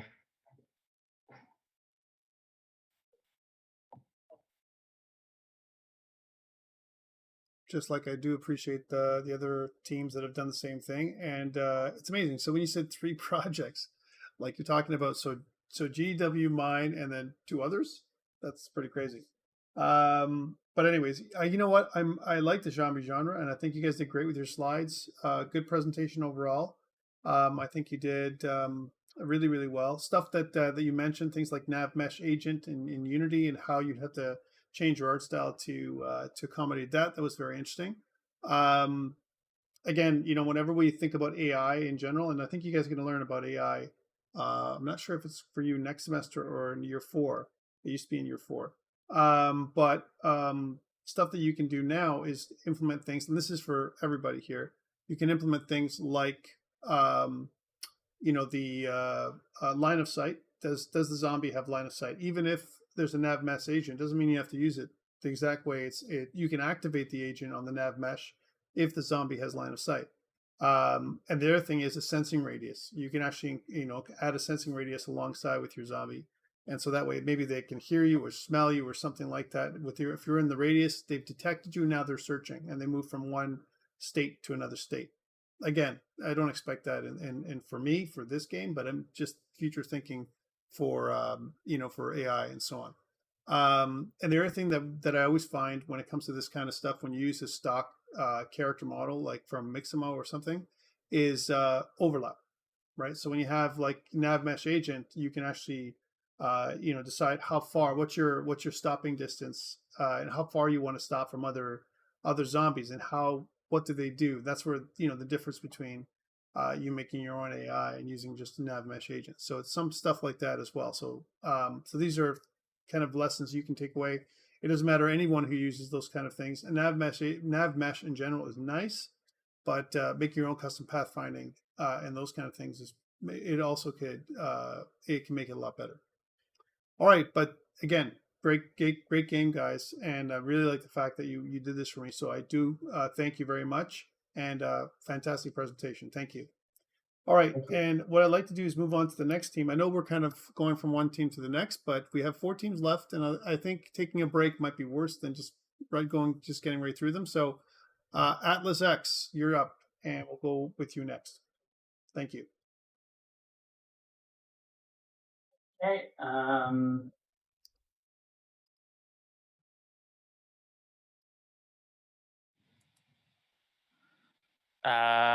I don't think it gave me the option to share sound.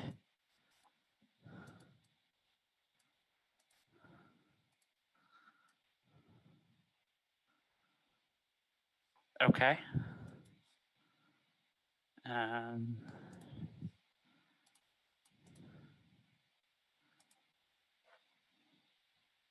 Yeah, it is not showing up for me.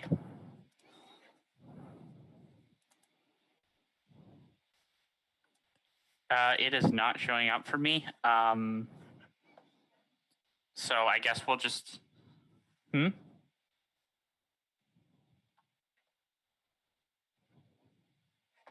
Not that I see.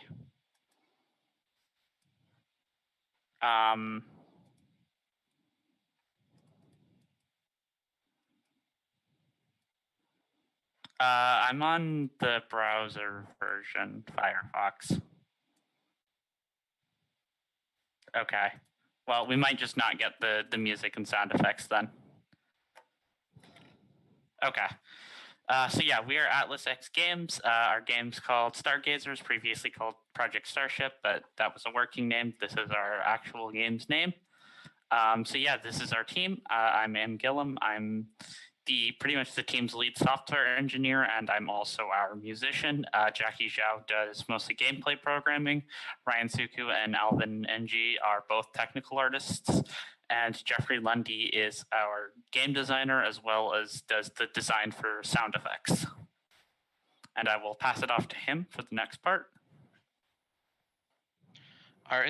So for our inspirations for Stargazers, our main source of inspiration was the game FTL Faster Than Light.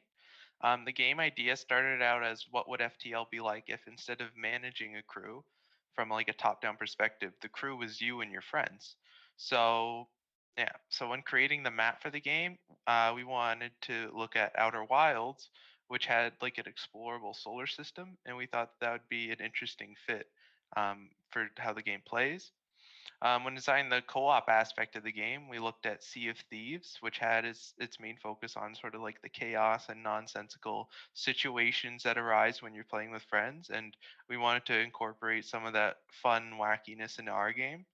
And finally, when designing our narrative structure, we looked at Metroid Prime for how they have a system for scanning the environment for like different pieces of lore. So what is Stargazers? Well, Stargazers is a solo or co-op space adventure game, and you will become a crew with you and your friends to pilot a spaceship around a solar system and complete various tasks and keep the spaceship up and running. And you'll learn the history of the solar system and uncover the mysteries that lie within it. So what is the story of the game? Well, you and your crew play as Stargazers, robots sent by humans to explore space. Your crew is sent to investigate a mysterious signal coming from a newly discovered solar system. Your job is to explore the solar system and learn the secrets of the mysterious and imposing monolith, and you report back your findings to Earth. Or don't. Our narrative structure is flying around the solar system and scanning various objects to learn information about it, and then returning back to the main hub to progress deeper and deeper by completing various puzzles or quizzes to complete the game. For our mechanics, dynamics, and aesthetic, the main gameplay of the game consists of players piloting a ship, either alone or with friends. You will complete a variety of tasks around the ship, so this could be like changing different coolants or releasing pressure, or adding fuel. And if you don't complete these properly, you can cause the ship to explode. While you do these tasks, your energy will slowly empty, and players can charge their energy back in the charging room. And if your energy bar is empty, then you'll be unable to complete tasks. So the main goal of the game is to complete research, and you can do this by scanning the various objects and landmarks within. And scanned objects will be giving you like some sort of data log that'll contain all the lore information that you need, and it can be reviewed from the Space Mail menu. And finally, returning to the hub is what you'll be doing constantly, and it's basically sort of like where it all goes around back to. So the game is targeted towards fans of space and sci-fi, people who kind of enjoy that setting, the kind of vastness, traveling among the stars, finding a variety of planets. We're planning to have at least 3 distinct planets right now, in addition to that kind of monolith hub area that's kind of floating in space on its own. Along with like a massive destroyed ship. Some of these aren't implemented yet, but we plan to have them eventually.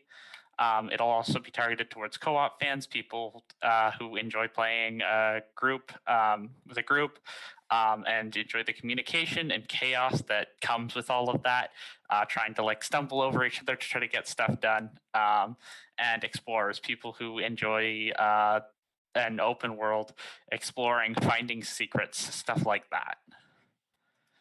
So we have reached the point of the game demo. It will be in 2 parts. The first part will just be in LD player here. I'll be showing off the majority in this, and then I'll go briefly to our video, which has which will show off multi-touch. So immediately jumping in, you can see we have our two joysticks to move around here. Our first task here is clear filter. There's no junk in it yet, but some junk spawns about every 60 seconds or so. Over on this far side here, we have the energy recharge station. As you can see, the energy bar went up here. This is a task for refueling the ship. This is also one of the only two ways you can get a game over. If you put too much fuel in here, you'll get a game over. You can see here the notice board wants us to change the cooling, which is here. You can see the fan's on right now, so we can change the liquid cooling. And it turns off, and all of these tasks are being done with our own custom input system. You can come here and release pressure and let it build back up. And then there is, of course, piloting over here, which is once again handled through custom input controls.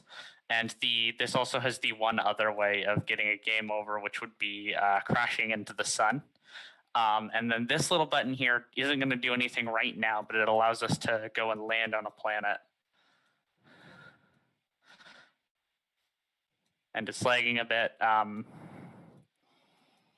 But yeah, those are pretty much the core of our game.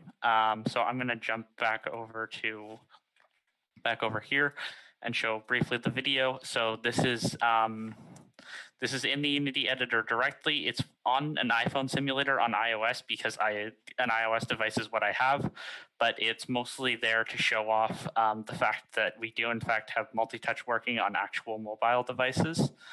So you can see there I'm controlling both the, in this video I'm controlling both the rotation of the piloting as well as the rate at which the ship accelerates and decelerates at the same time. So coming back to our presentation, our lessons learned, this was a very front-loaded project. We did not expect how front-loaded it would be, and that really threw off our scope and timing. We spent a month, the first month, fighting physics, trying to get get the player to rotate with the ship before ultimately just settling on making them separate spaces and doing like a render target. And even now, we still have a bunch of setup to do before going into the next semester, setting up sub-scenes and stuff so that we can actually handle the fidelity of being able to go up on planets. And we kind of need to be more aware of where a project's development time lies and do a better job planning that going forward. In addition to overscoping, a lot of our stuff just didn't get in. We did do a shift near the end of the semester, but even if we hadn't, our original vision of having like a whole faction system couldn't have realistically been started this semester. So for future possibilities, if we had more time, we would be expanding the scope greatly, maybe even implementing some ideas from our original vision. We want to add more ships, tasks, and potentially even a PvP mode.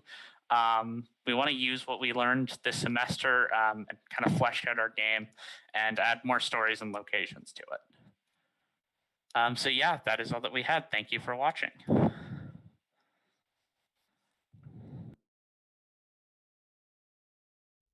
And so the game you're making, this is actually the game. This is not like a a secondary game or whatever. Yes, this is actually the game. It's not like you're not a V Combat Survivor. Okay, no problem. And that's fantastic. I think I love the stuff that you put into it. There's a lot of detail already. Are you going to keep it mobile, or is it just one platform for you? Like, what are your thoughts around that? So we're not 100% sure right now, but we're looking on moving away from mobile and doing PC and potentially console. Yeah. We did design this version for mobile. However, we think particularly like the ship flying, we found it's not working as well as we hoped it did.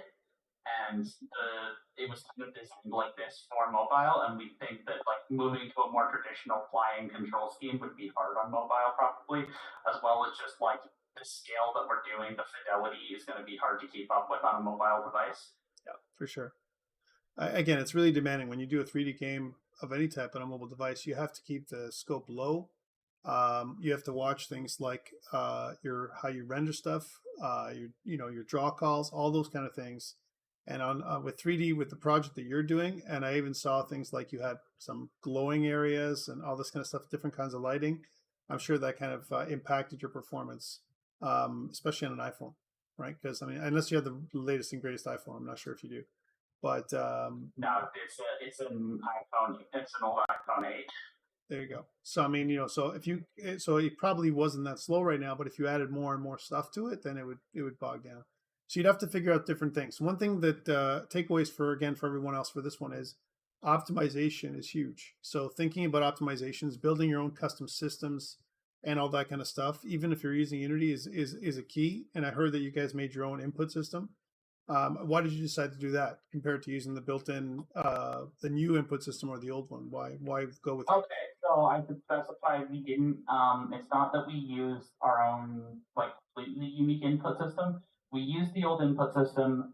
I meant specifically like the input with all of the disks and the piloting. Okay. Is like processing input documentaries manually. Like we take input documentaries code and we process that with our own code instead of relying on like a hidden joystick or something. Okay. Okay.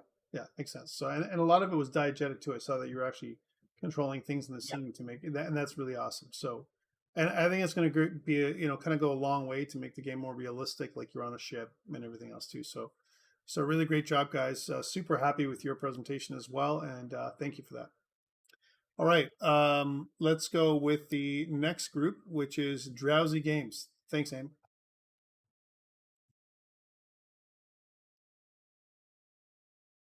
Drowsy Games, are you there? Hello? Hey, Joseph, how you doing? I'm good. How are you? We just have a video for our presentation. Yeah, it's fine.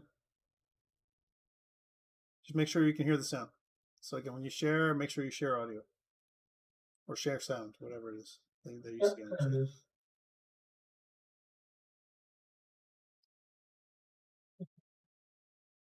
Sharing it, right?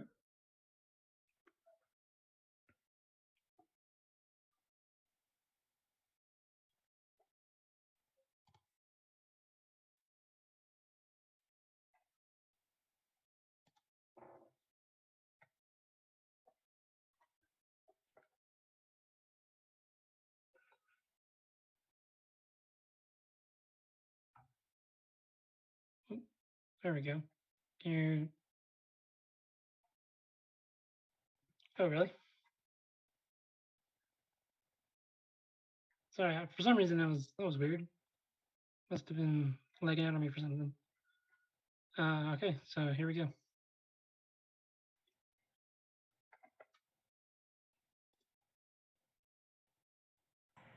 Hello, this is Drowsy Games.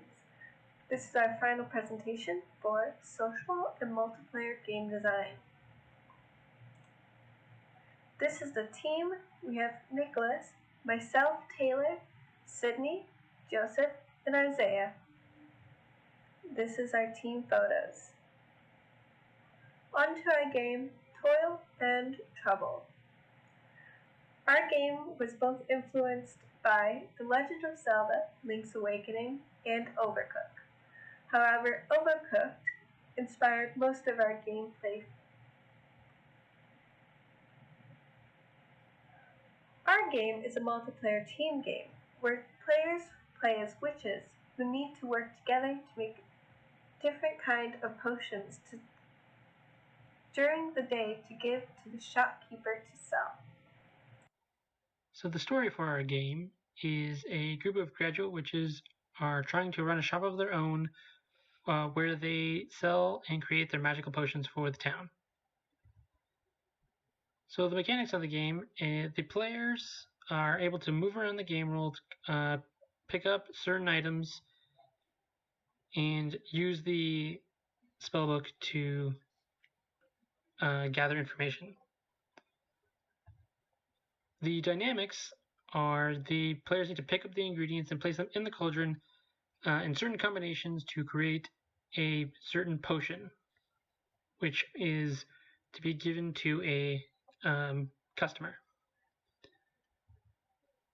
The aesthetics for the game is almost like a toy world, making the player feel like they're in a world sort of made of plastic or clay. So for our target audience, we have made a very family-friendly game. So our target audience would be anywhere between young adults and children above the age of 10 to just about any other age range. So in marketing terms, our rating for the game would be E for everyone, as the game contains no violence or suggestive language. So some lessons that we've learned along the way: planning is key. To have a detailed step-by-step plan to what we plan to do ahead of time makes things a lot easier, as well as that emulators and emulation are difficult because we've had nothing but trouble with mobile emulators like LD Player. So the gameplay demo is played and recorded on a Samsung Galaxy S9. Hello, and welcome to the Toil and Trouble mobile gameplay demo.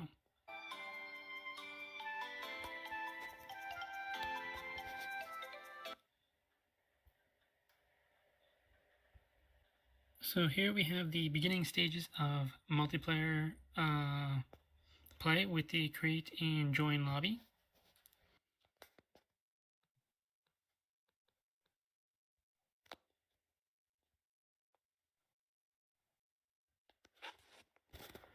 So in the game here, you can move around using the UI joystick on the left and a button on the right to pick up and drop the objects. Over here we have the recipe book that tells you what ingredients are in each potion with a color-coded underline to the color of the potion the NPC is requesting, which you can see in this little bubble over the NPC's head.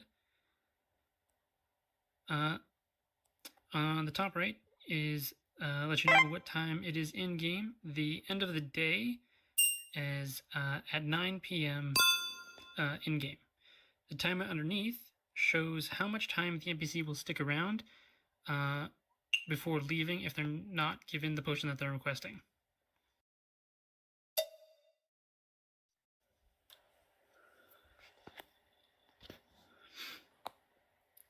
So the goal of this game is to make as much money as you can by the end of the day, which is indicated in the top left.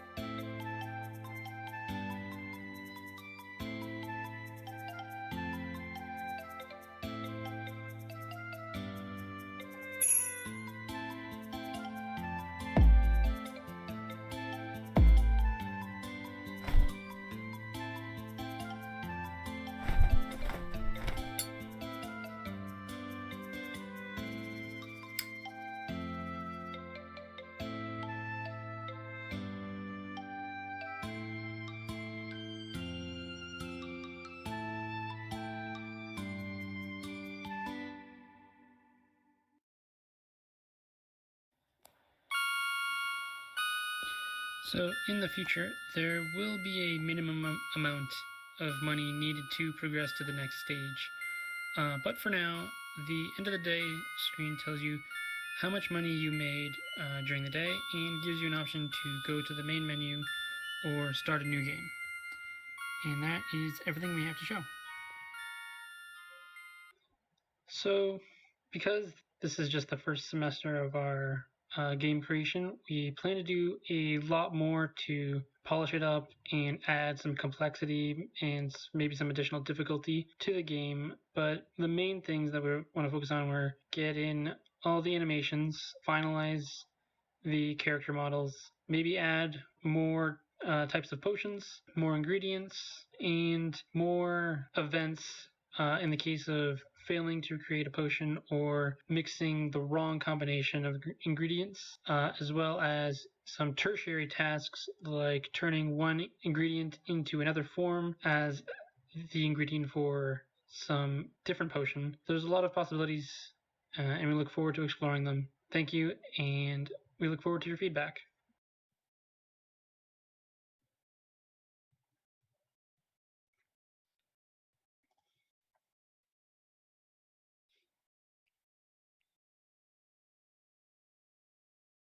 Like it? Is there? Yeah, that is our GW game. That is your game. Cool. So are you going to stay with mobile, or are you going to move towards because I mean this is looking like it looks like it's made for mobile, this game. What are your thoughts? We are probably gonna stick as much as possible to being able to make it for mobile and PC. Okay. Because the gameplay and controls are very simple. It's very easy to stick with the mobile version. Okay. Yeah, I mean, I saw what you're doing, and the time lapse video made it interesting as well. Like to watch to see the whole process, the things that you were doing. So it was good. And I mean, we've seen games like this before, but the great thing is you have some interesting stuff. What's the patience thing again for? I saw there was patience. Is that you waiting for the potion to be completed, or what is that? No, that the patience of the person asking for the potion. So when that runs out, they'll just leave because we were taking too long. They're done. Yeah, they don't want to continue. That's interesting. So it's an interesting gameplay mechanic. And then you have your gold, how much money you're making, and then the type of your menu. So the menu is pretty big, like it kind of was massive. I'm wondering if there's another way that you could present that as well, like some way of showing your potion ingredients. And I'm thinking about something like a game that I played lately, Valheim, which shows kind of like all the stuff that goes into that potion or something like that. Yeah. That stage is just like a very bare bones. Yeah. We're going to be working on it in the future. Yeah. Probably something more like pictogram looking thing where you have a picture of the potion and then a picture of the ingredients. And that makes more sense. Put together. Yeah. So things like filling up the room, all that kind of stuff with things to grab. But overall, I think the game is viable, and I think it would work on mobile as well as PC. So I think it's something that it looks really interesting. Again, really great presentation, guys. Impressed with the stuff that you've put out there. But again, some stuff that you have to do for next semester. All kinds of stuff happening for you guys, and you're also going to do multiplayer, correct? That's something else you want to integrate. Yeah, so the plan is to make it like a 4-person multiplayer. Like you can do it in Overcooked. We can have multiple. Yeah, that's neat. So you can do kind of a co-op cooking, which is interesting. Yeah. Good. So you're actually not competing against each other. You're helping each other put things together, which is nice. Yeah, it's like cooperative. Yeah. No, I like that a lot. Again, I like the concept a lot for your game. But anyways, thank you so much for that, Joseph. We'll move on to the next team. Thank you. All right, so the next team is Harmonic Industries, and then finally Everest after them. Okay. Do you guys hear me? Yep.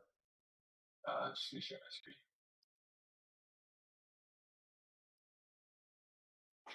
All right.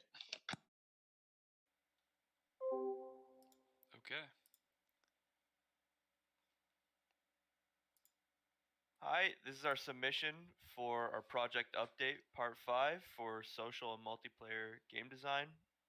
We are Harmonic Industries. Here is our team. I'm Harry Smith, a gameplay programmer for the game, and with me I have Roy Wales. Hey. Let's just get into it. Our game is influenced by a couple different things. Starting off with the games that we've been inspired by. We wanted to make a top-down hack and slash game, which was inspired by games like Diablo 2 and Hades that featured a top-down style with more fast-paced combat. The idea for an RPG game came from the simplistic implementation of RPG elements in games like Castle Crashers, where it's not so much numbers based, it's more just notches on a belt, kind of, if you know what the leveling up system is like for that game. And this isn't a game inspiration, but our theme of the game, which is a Renaissance period, was chosen because we felt the era had a lot of artistic opportunity and openness for our artists, so that they could really use colors and designs and styles that would make the game pop. And we also thought it was quite a niche setting, and you don't see it featured very much in games. So it really was like a breath of fresh air. And this is our game, Project Breaker. Just quick overview of the game. Our game is a top-down hack and slash set in the Renaissance era, like I said before. Players will pick between 1 to 4 classes, each with a different playstyle, health, and attacks. By different playstyle, we mean different weapons, so they might have different attacks, things like that. The story of the game is you play as mercenaries hired to wreak havoc in a castle. Your goal is to reach the king and take out as many guards as possible while trying to stay alive. This just allowed us to make a really simple gameplay loop, and you will traverse through various castle rooms that are littered with guards, obstacles, and traps as you play the game. As for the story, an unstable king, King Polyanus II, unfit to rule, has left the peasants with no choice but to attempt to overthrow the king. You, as a player, take part in a mercenary group who has been hired by the peasants to help them overthrow the king, which ties to why you're fighting in castles. You must traverse through various castle rooms that are littered with guards, obstacles, and traps to reach the king and his men. This connects with the story of the game because you are hired to clear out the castles and do the work that the peasants were unable to do. As for the mechanics, dynamics, and aesthetics of the game, we want players to have a light and heavy attack system, but we want to give it a little more depth by allowing players to choose different combinations of attacks based off of their inputs. So this allows for our combat mechanic to stay simplistic, but also have a lot of depth as to how much we choose to put in. Players spawn with 10 health per level, and upon death, they must restart the level completely. The player must be strategic with their attacks and combos to kill enemies without taking too much damage in return. This helps add a little bit of difficulty to the game and creates a sense of suspense. And traps and obstacles are littered around the rooms, creating dynamic combat situations. This is things like barrels, boxes, holes in the floor maybe, and other things. Our target audience for our game is teen to young adults between the ages of 15 to 23 that enjoy top-down RPGs. We also want to target those that feel they don't have enough time to sink into an MMORPG. We want to offer a casual alternative that can be picked up and played for any amount of time. This connects with our gameplay mechanics being simplistic for RPG. We want people to be able to pick up and play and not have to sink thousands of hours into it to get the fun out of the game that they want, but they can also play that many hours of the game and still have the same experience. And we'll move into our game demo. All right, let's hop into our game demo here on LD Player. So we have our Project Breaker here and a little icon for it. Just gonna run it. All right, so we got our home screen. Just gonna start. So off spawn here, we got our pause menu, interactable. You can restart the level, exit, resume. We have our health UI in the top left there. Our movement joystick for 360-degree movement. L stands for the light attack. And H stands for the heavy attack. And we can perform combos by doing 2 left clicks and a right click. Or we can do two right clicks here. Or 2 heavy attacks, sorry, for bigger damage. So I'm just going to play through the level here. Come up to an enemy. A flash, and we'll get the damage numbers coming up as well, knowing that we've hit them. Traverse through here. And so I did take a little bit of damage there from that enemy. Got some torches in our levels. Come up on this guy. Bit harder to play with keyboard and mouse, just because he's designed for 2 hands. There we go. Nice. Just gonna play through here.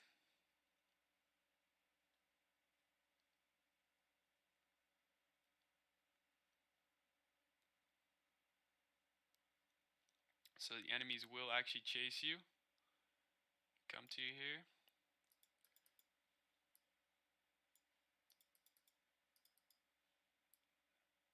I am pretty low now. I'm gonna try and, here we go, end of the level, end of the first level here.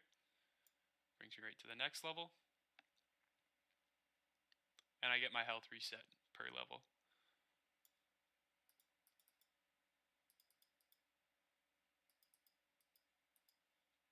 Oops.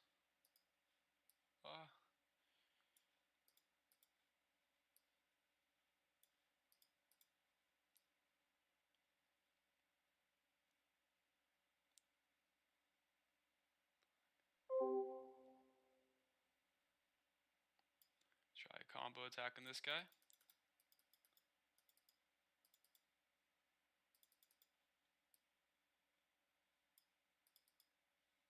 Oh, I'm pretty close to dead here. Hopefully I don't end up dying.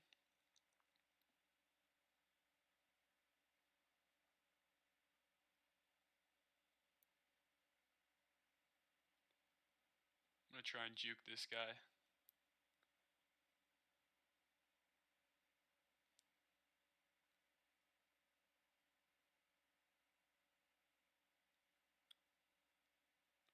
Alright, approaching the end of the second level here. Just gonna run through just to get this level over with. Quick dodge, boom.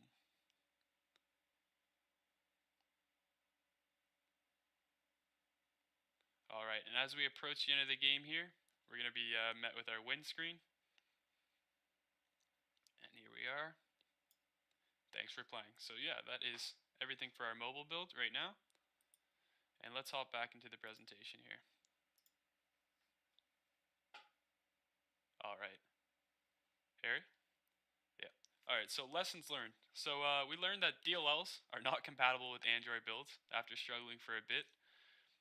Prefabs in Unity are very useful and can speed up the workflow a ton. Fixing normals in Blender fixes some of the backface calling issues in Unity. Getting proper timing for animations is difficult to do in Unity, but we figured it out eventually. And we learned that preprocessor directives are very useful for juggling multiple platforms, like coming back and forth from PC to Android. And for future possibilities of our game, we want multiplayer implemented in our game by the end of next semester. We also want to improve our combat system, make the game more fun for players, just have different abilities and stuff added to the game. And we also want to give a main role for our 4 characters classes, so there is a reason to play the game with co-op friends. So that's the idea of having support classes, just different classes that work well together. And that is it. Thank you for listening to our presentation.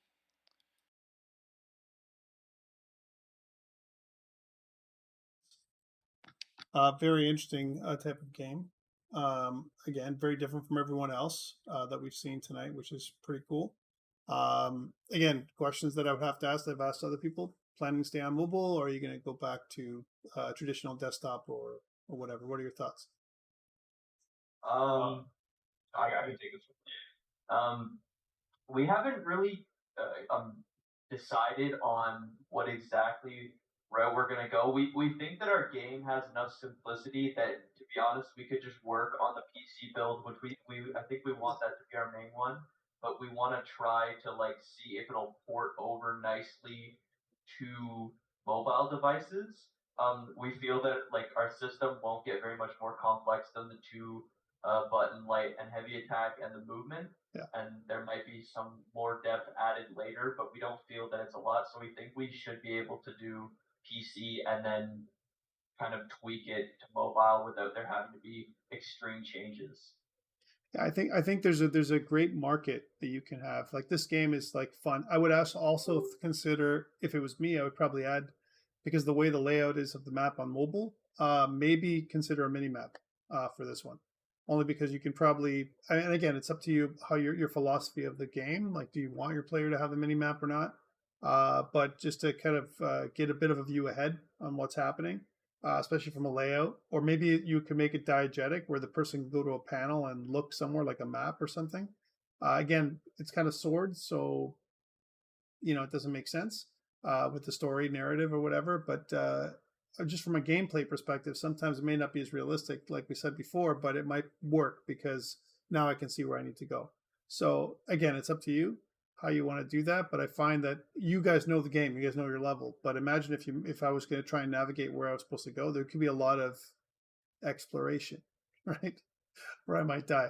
The animations are really great, even though they're very basic. I see what you're doing. I can see what it's going to be like when they're going to be more expanded. You got some slidey feet, but those things are again things that you can fix up with the way that you move your character and the timing of the animation, those kind of things. So again, lots of exploration that I'm seeing you guys do with Unity, and I think it's great. DLLs, yeah, they don't work well with Android necessarily. You can make them work with Android, but there's a whole other level of stuff to do. Is it worth it? I'm not sure. I'm not sure if I would do it with the stuff that you're going to get from C++. The advantages in C++ on Android, you're going to lose on the overhead if you ever did it anyway. So to me, what I would probably do is for saving and loading and those kind of things that you might want to do, you can use player preferences that are built into the device. You can also use a backend database, or something like that. Firebase is a good solution for those kind of things. So things to consider for next semester.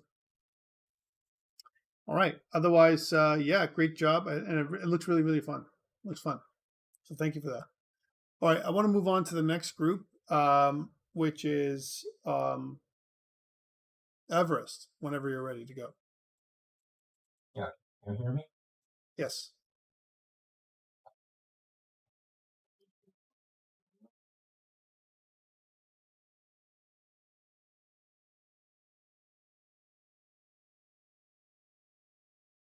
Can you see the screen? Okay. Hello everyone, this is Everest. Today we are going to talk about our game, Labyrinth. So let's get started. So, these are our team members. We have 4 team members in total. Jeffrey Lee, the programmer and system designer, takes charge of the majority code of the game. Jinyao Zhang, who takes charge of the game sound and documentation. Justin Lee, programmer and gameplay designer, who has responsibility on coding part and level design. And Tiantian Fan, who is me, modeler and gameplay designer, takes responsibility of modeling and level design. At the beginning, we were planning to make a maze game, which means the player are going to control a character to find the way out. But when we saw the hamster ball and balance videos, we changed our mind and decided to do a balance ball game with maze elements immediately. Our game is called Labyrinth. It is a 3D balance ball game with some degree of maze elements. Our game is mainly made for fun, but we also want players to feel some degree of anger or rage. The goal for our game is quite simple. Players are only needed to control the ball to find a way out and reach the end point. Usually, one level has multiple paths to the end point. So for mechanics, our game is quite simple as well. Players will win if they reach the end point, and they will return to the starting point if they fall off the map. For movement, we are using a common WSD system and the joystick to control the ball on PC and Android respectively. On Android, we allow players to control the angle of the camera because playing by joystick is more difficult than playing by WSD. For dynamics, there are not too many things to remind, but just be careful before moving. Sometimes the angle of the camera and the objects hidden on the path will make you lose the game. And for aesthetics, players may feel a different degree of rage while they are playing, but once they pass the level, they will feel happy and excited.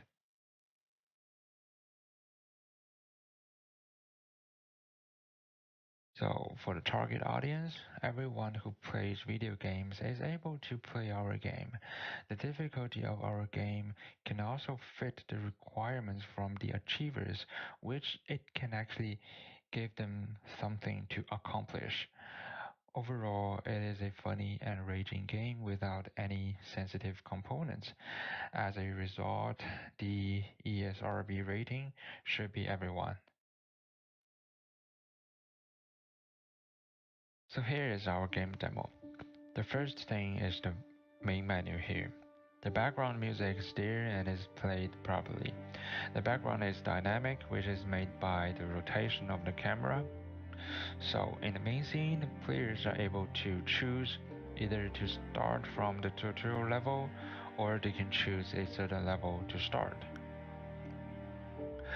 Yeah, so let's just start with the first level here.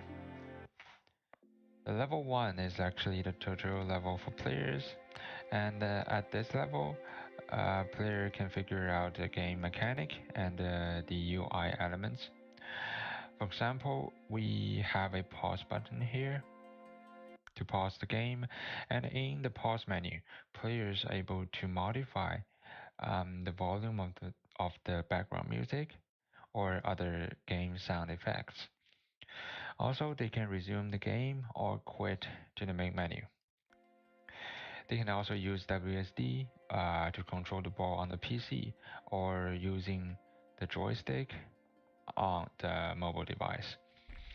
And in the gameplay, if the player is using a mobile device, they can actually move the camera by just touching and dragging the right side of the screen.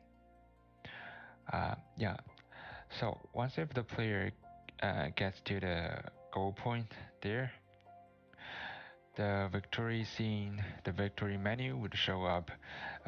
So just for easy to show, I'm gonna teleport the ball to the goal point. Yeah, so let's just go to the next level. In level 2, we have many different kinds of items. For example, the hammer could rotate by itself to smash the ball. For the dropper here, if the ball is close to the checkpoint, the dropper would fall and crash the ball. So let me just show you.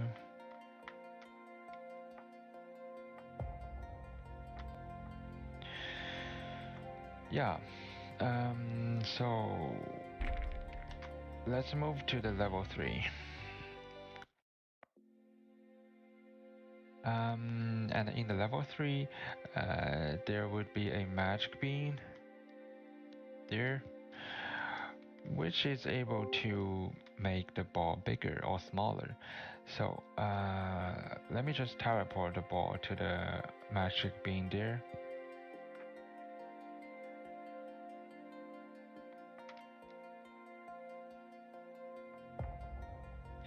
And as you can see, once if the player touch the magic bean, they can actually change the size and the speed of the ball, which the small one could move faster. So yeah, this is pretty much our game demo, and let's move to what we learned. What we learned? We learned many things. For example, we encountered a problem with creating levels, as the first level used many models of the same ones, and it took a while to get it working by itself. As such, it was solved by Jeffrey using the prefab, which was shown in the lecture's tutorial, to create a level design feature that can be used to create the levels, including the player's camera, lights, sound, and UI system automatically. We also learned how to use Unity correctly, vision control, and project management, which helps solve small issues when creating the game. In the future, we may add more interesting traps and objects to build up more levels to make the game more interesting. We also want to do checkpoints functions to do difficult levels to prevent players from suffering. The multiplayer feature is also under the plan if we need it. That is our presentation. Thanks for listening.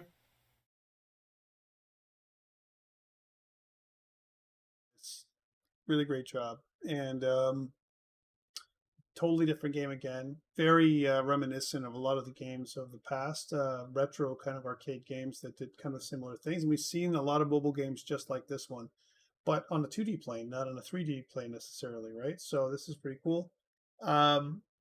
Things to consider. You have some really great keys, so you have some backups, so you can actually do things with keyboard as well as mobile touch, which is cool. And things that you may want to consider are, because your game is kind of a ball game where you're rolling off a platform, what really might work well is the accelerometer, right? So again, that's something that you could explore. It works with Unity. You can activate the accelerometer as well. But what it would do is you would actually tilt your phone. It's not really something that you can emulate with LD Player, however, but you can make it work if you had an actual device, and it might be interesting to kind of do that effect. I've seen, again, lots of games out there very similar to that, but it's maybe something that you may want to give as an option to the player.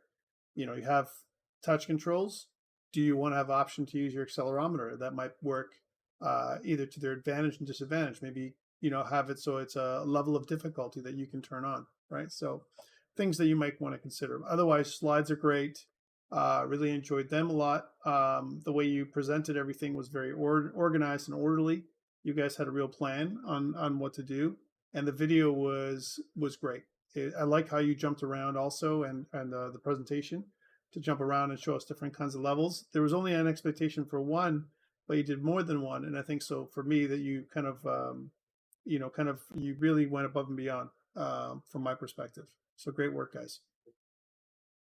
I mean, you were a non-GW group, so we tried our best. Yeah, so for a non-GW group, that's like even more awesome. And again, you may not continue this next semester, because again, I'm not sure if you're a non-GW group, if you're going to do something. There is going to be a distributed networking course coming up next semester, where you need a game for something like that going forward anyway. So you might as well think about how to incorporate that in your game. You already have a basis. I recommend sticking together, guys. You guys did a great job working together on this one. So that's just my take. But otherwise, great work. Okay, really great work.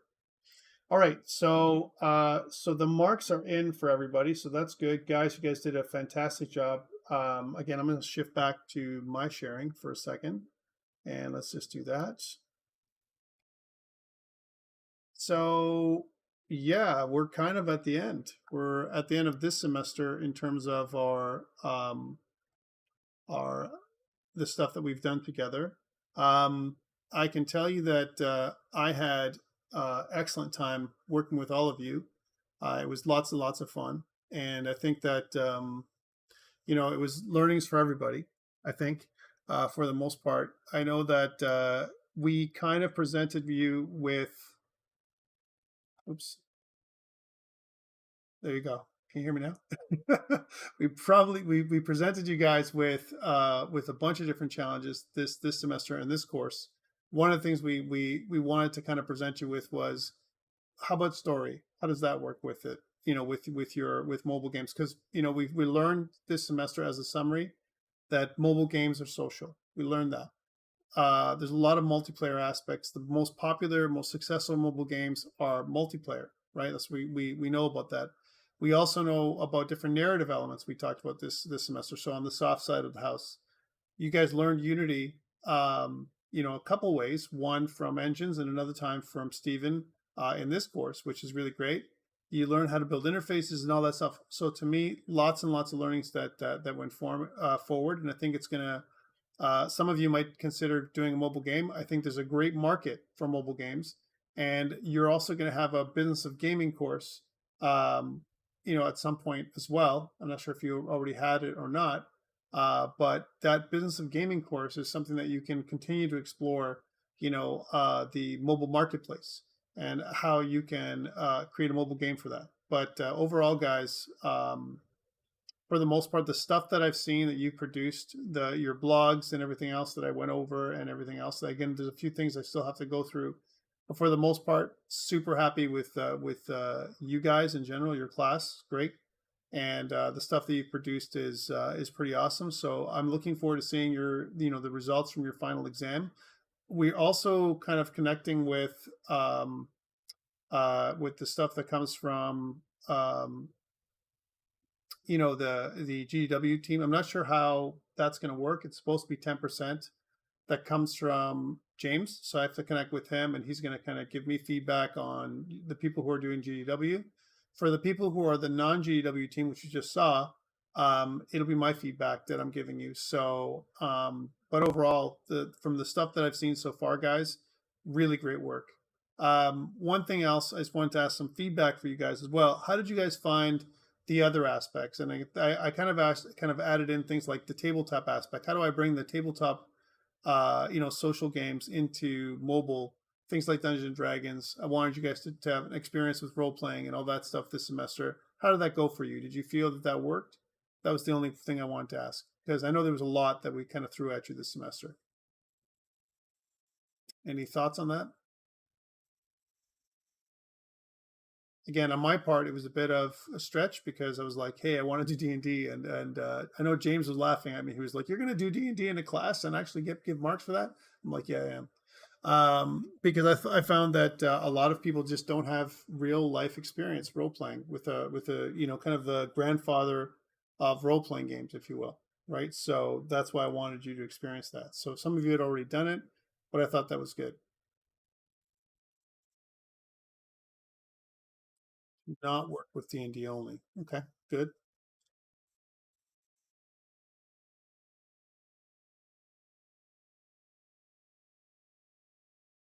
Thanks, Aim. I'm going to take that into consideration. Again, it's a new course for me too. I was kind of building it as we went. We didn't have any material, but I'll take that into consideration for the next time. Thank you. Thanks, Day. Awesome. Just fireballs. All right, guys. So again, you have a chance also to, I'm sure you have a chance to fill out your survey. So please take a chance to do that whenever you feel like it. I think we always look forward to getting feedback to how to improve things. I do apologize for the lateness of some of the assignments and so on as well. But again, one of the things that I wanted to present with you was kind of a holistic experience to narrative design and how that kind of works together with mobile, the mobile marketplace, and all that kind of stuff. So again, I had a lot of fun, and I'm looking forward to seeing you guys again next semester. Maybe not in a course, but maybe just kind of see what you guys are doing with your GDW for the GDW people, especially that V Combat game, which was like, it took away 3 or 4 of you guys, right? So looking forward to seeing you guys next semester, guys. Thanks so much for everything. Really enjoyed you guys, and good luck with your exam. Remember that the final day for the exam to submit, and I'll send some notes off from that respect, is Saturday, December the 18th. Please make sure you submit your exam before then. It's an individual assignment, and I'm hoping that you guys are going to have fun with that as well. All right? Okay, guys, thank you so much. I'm going to stop recording now, and I'm hoping to see you soon. Thank you. Take care, guys.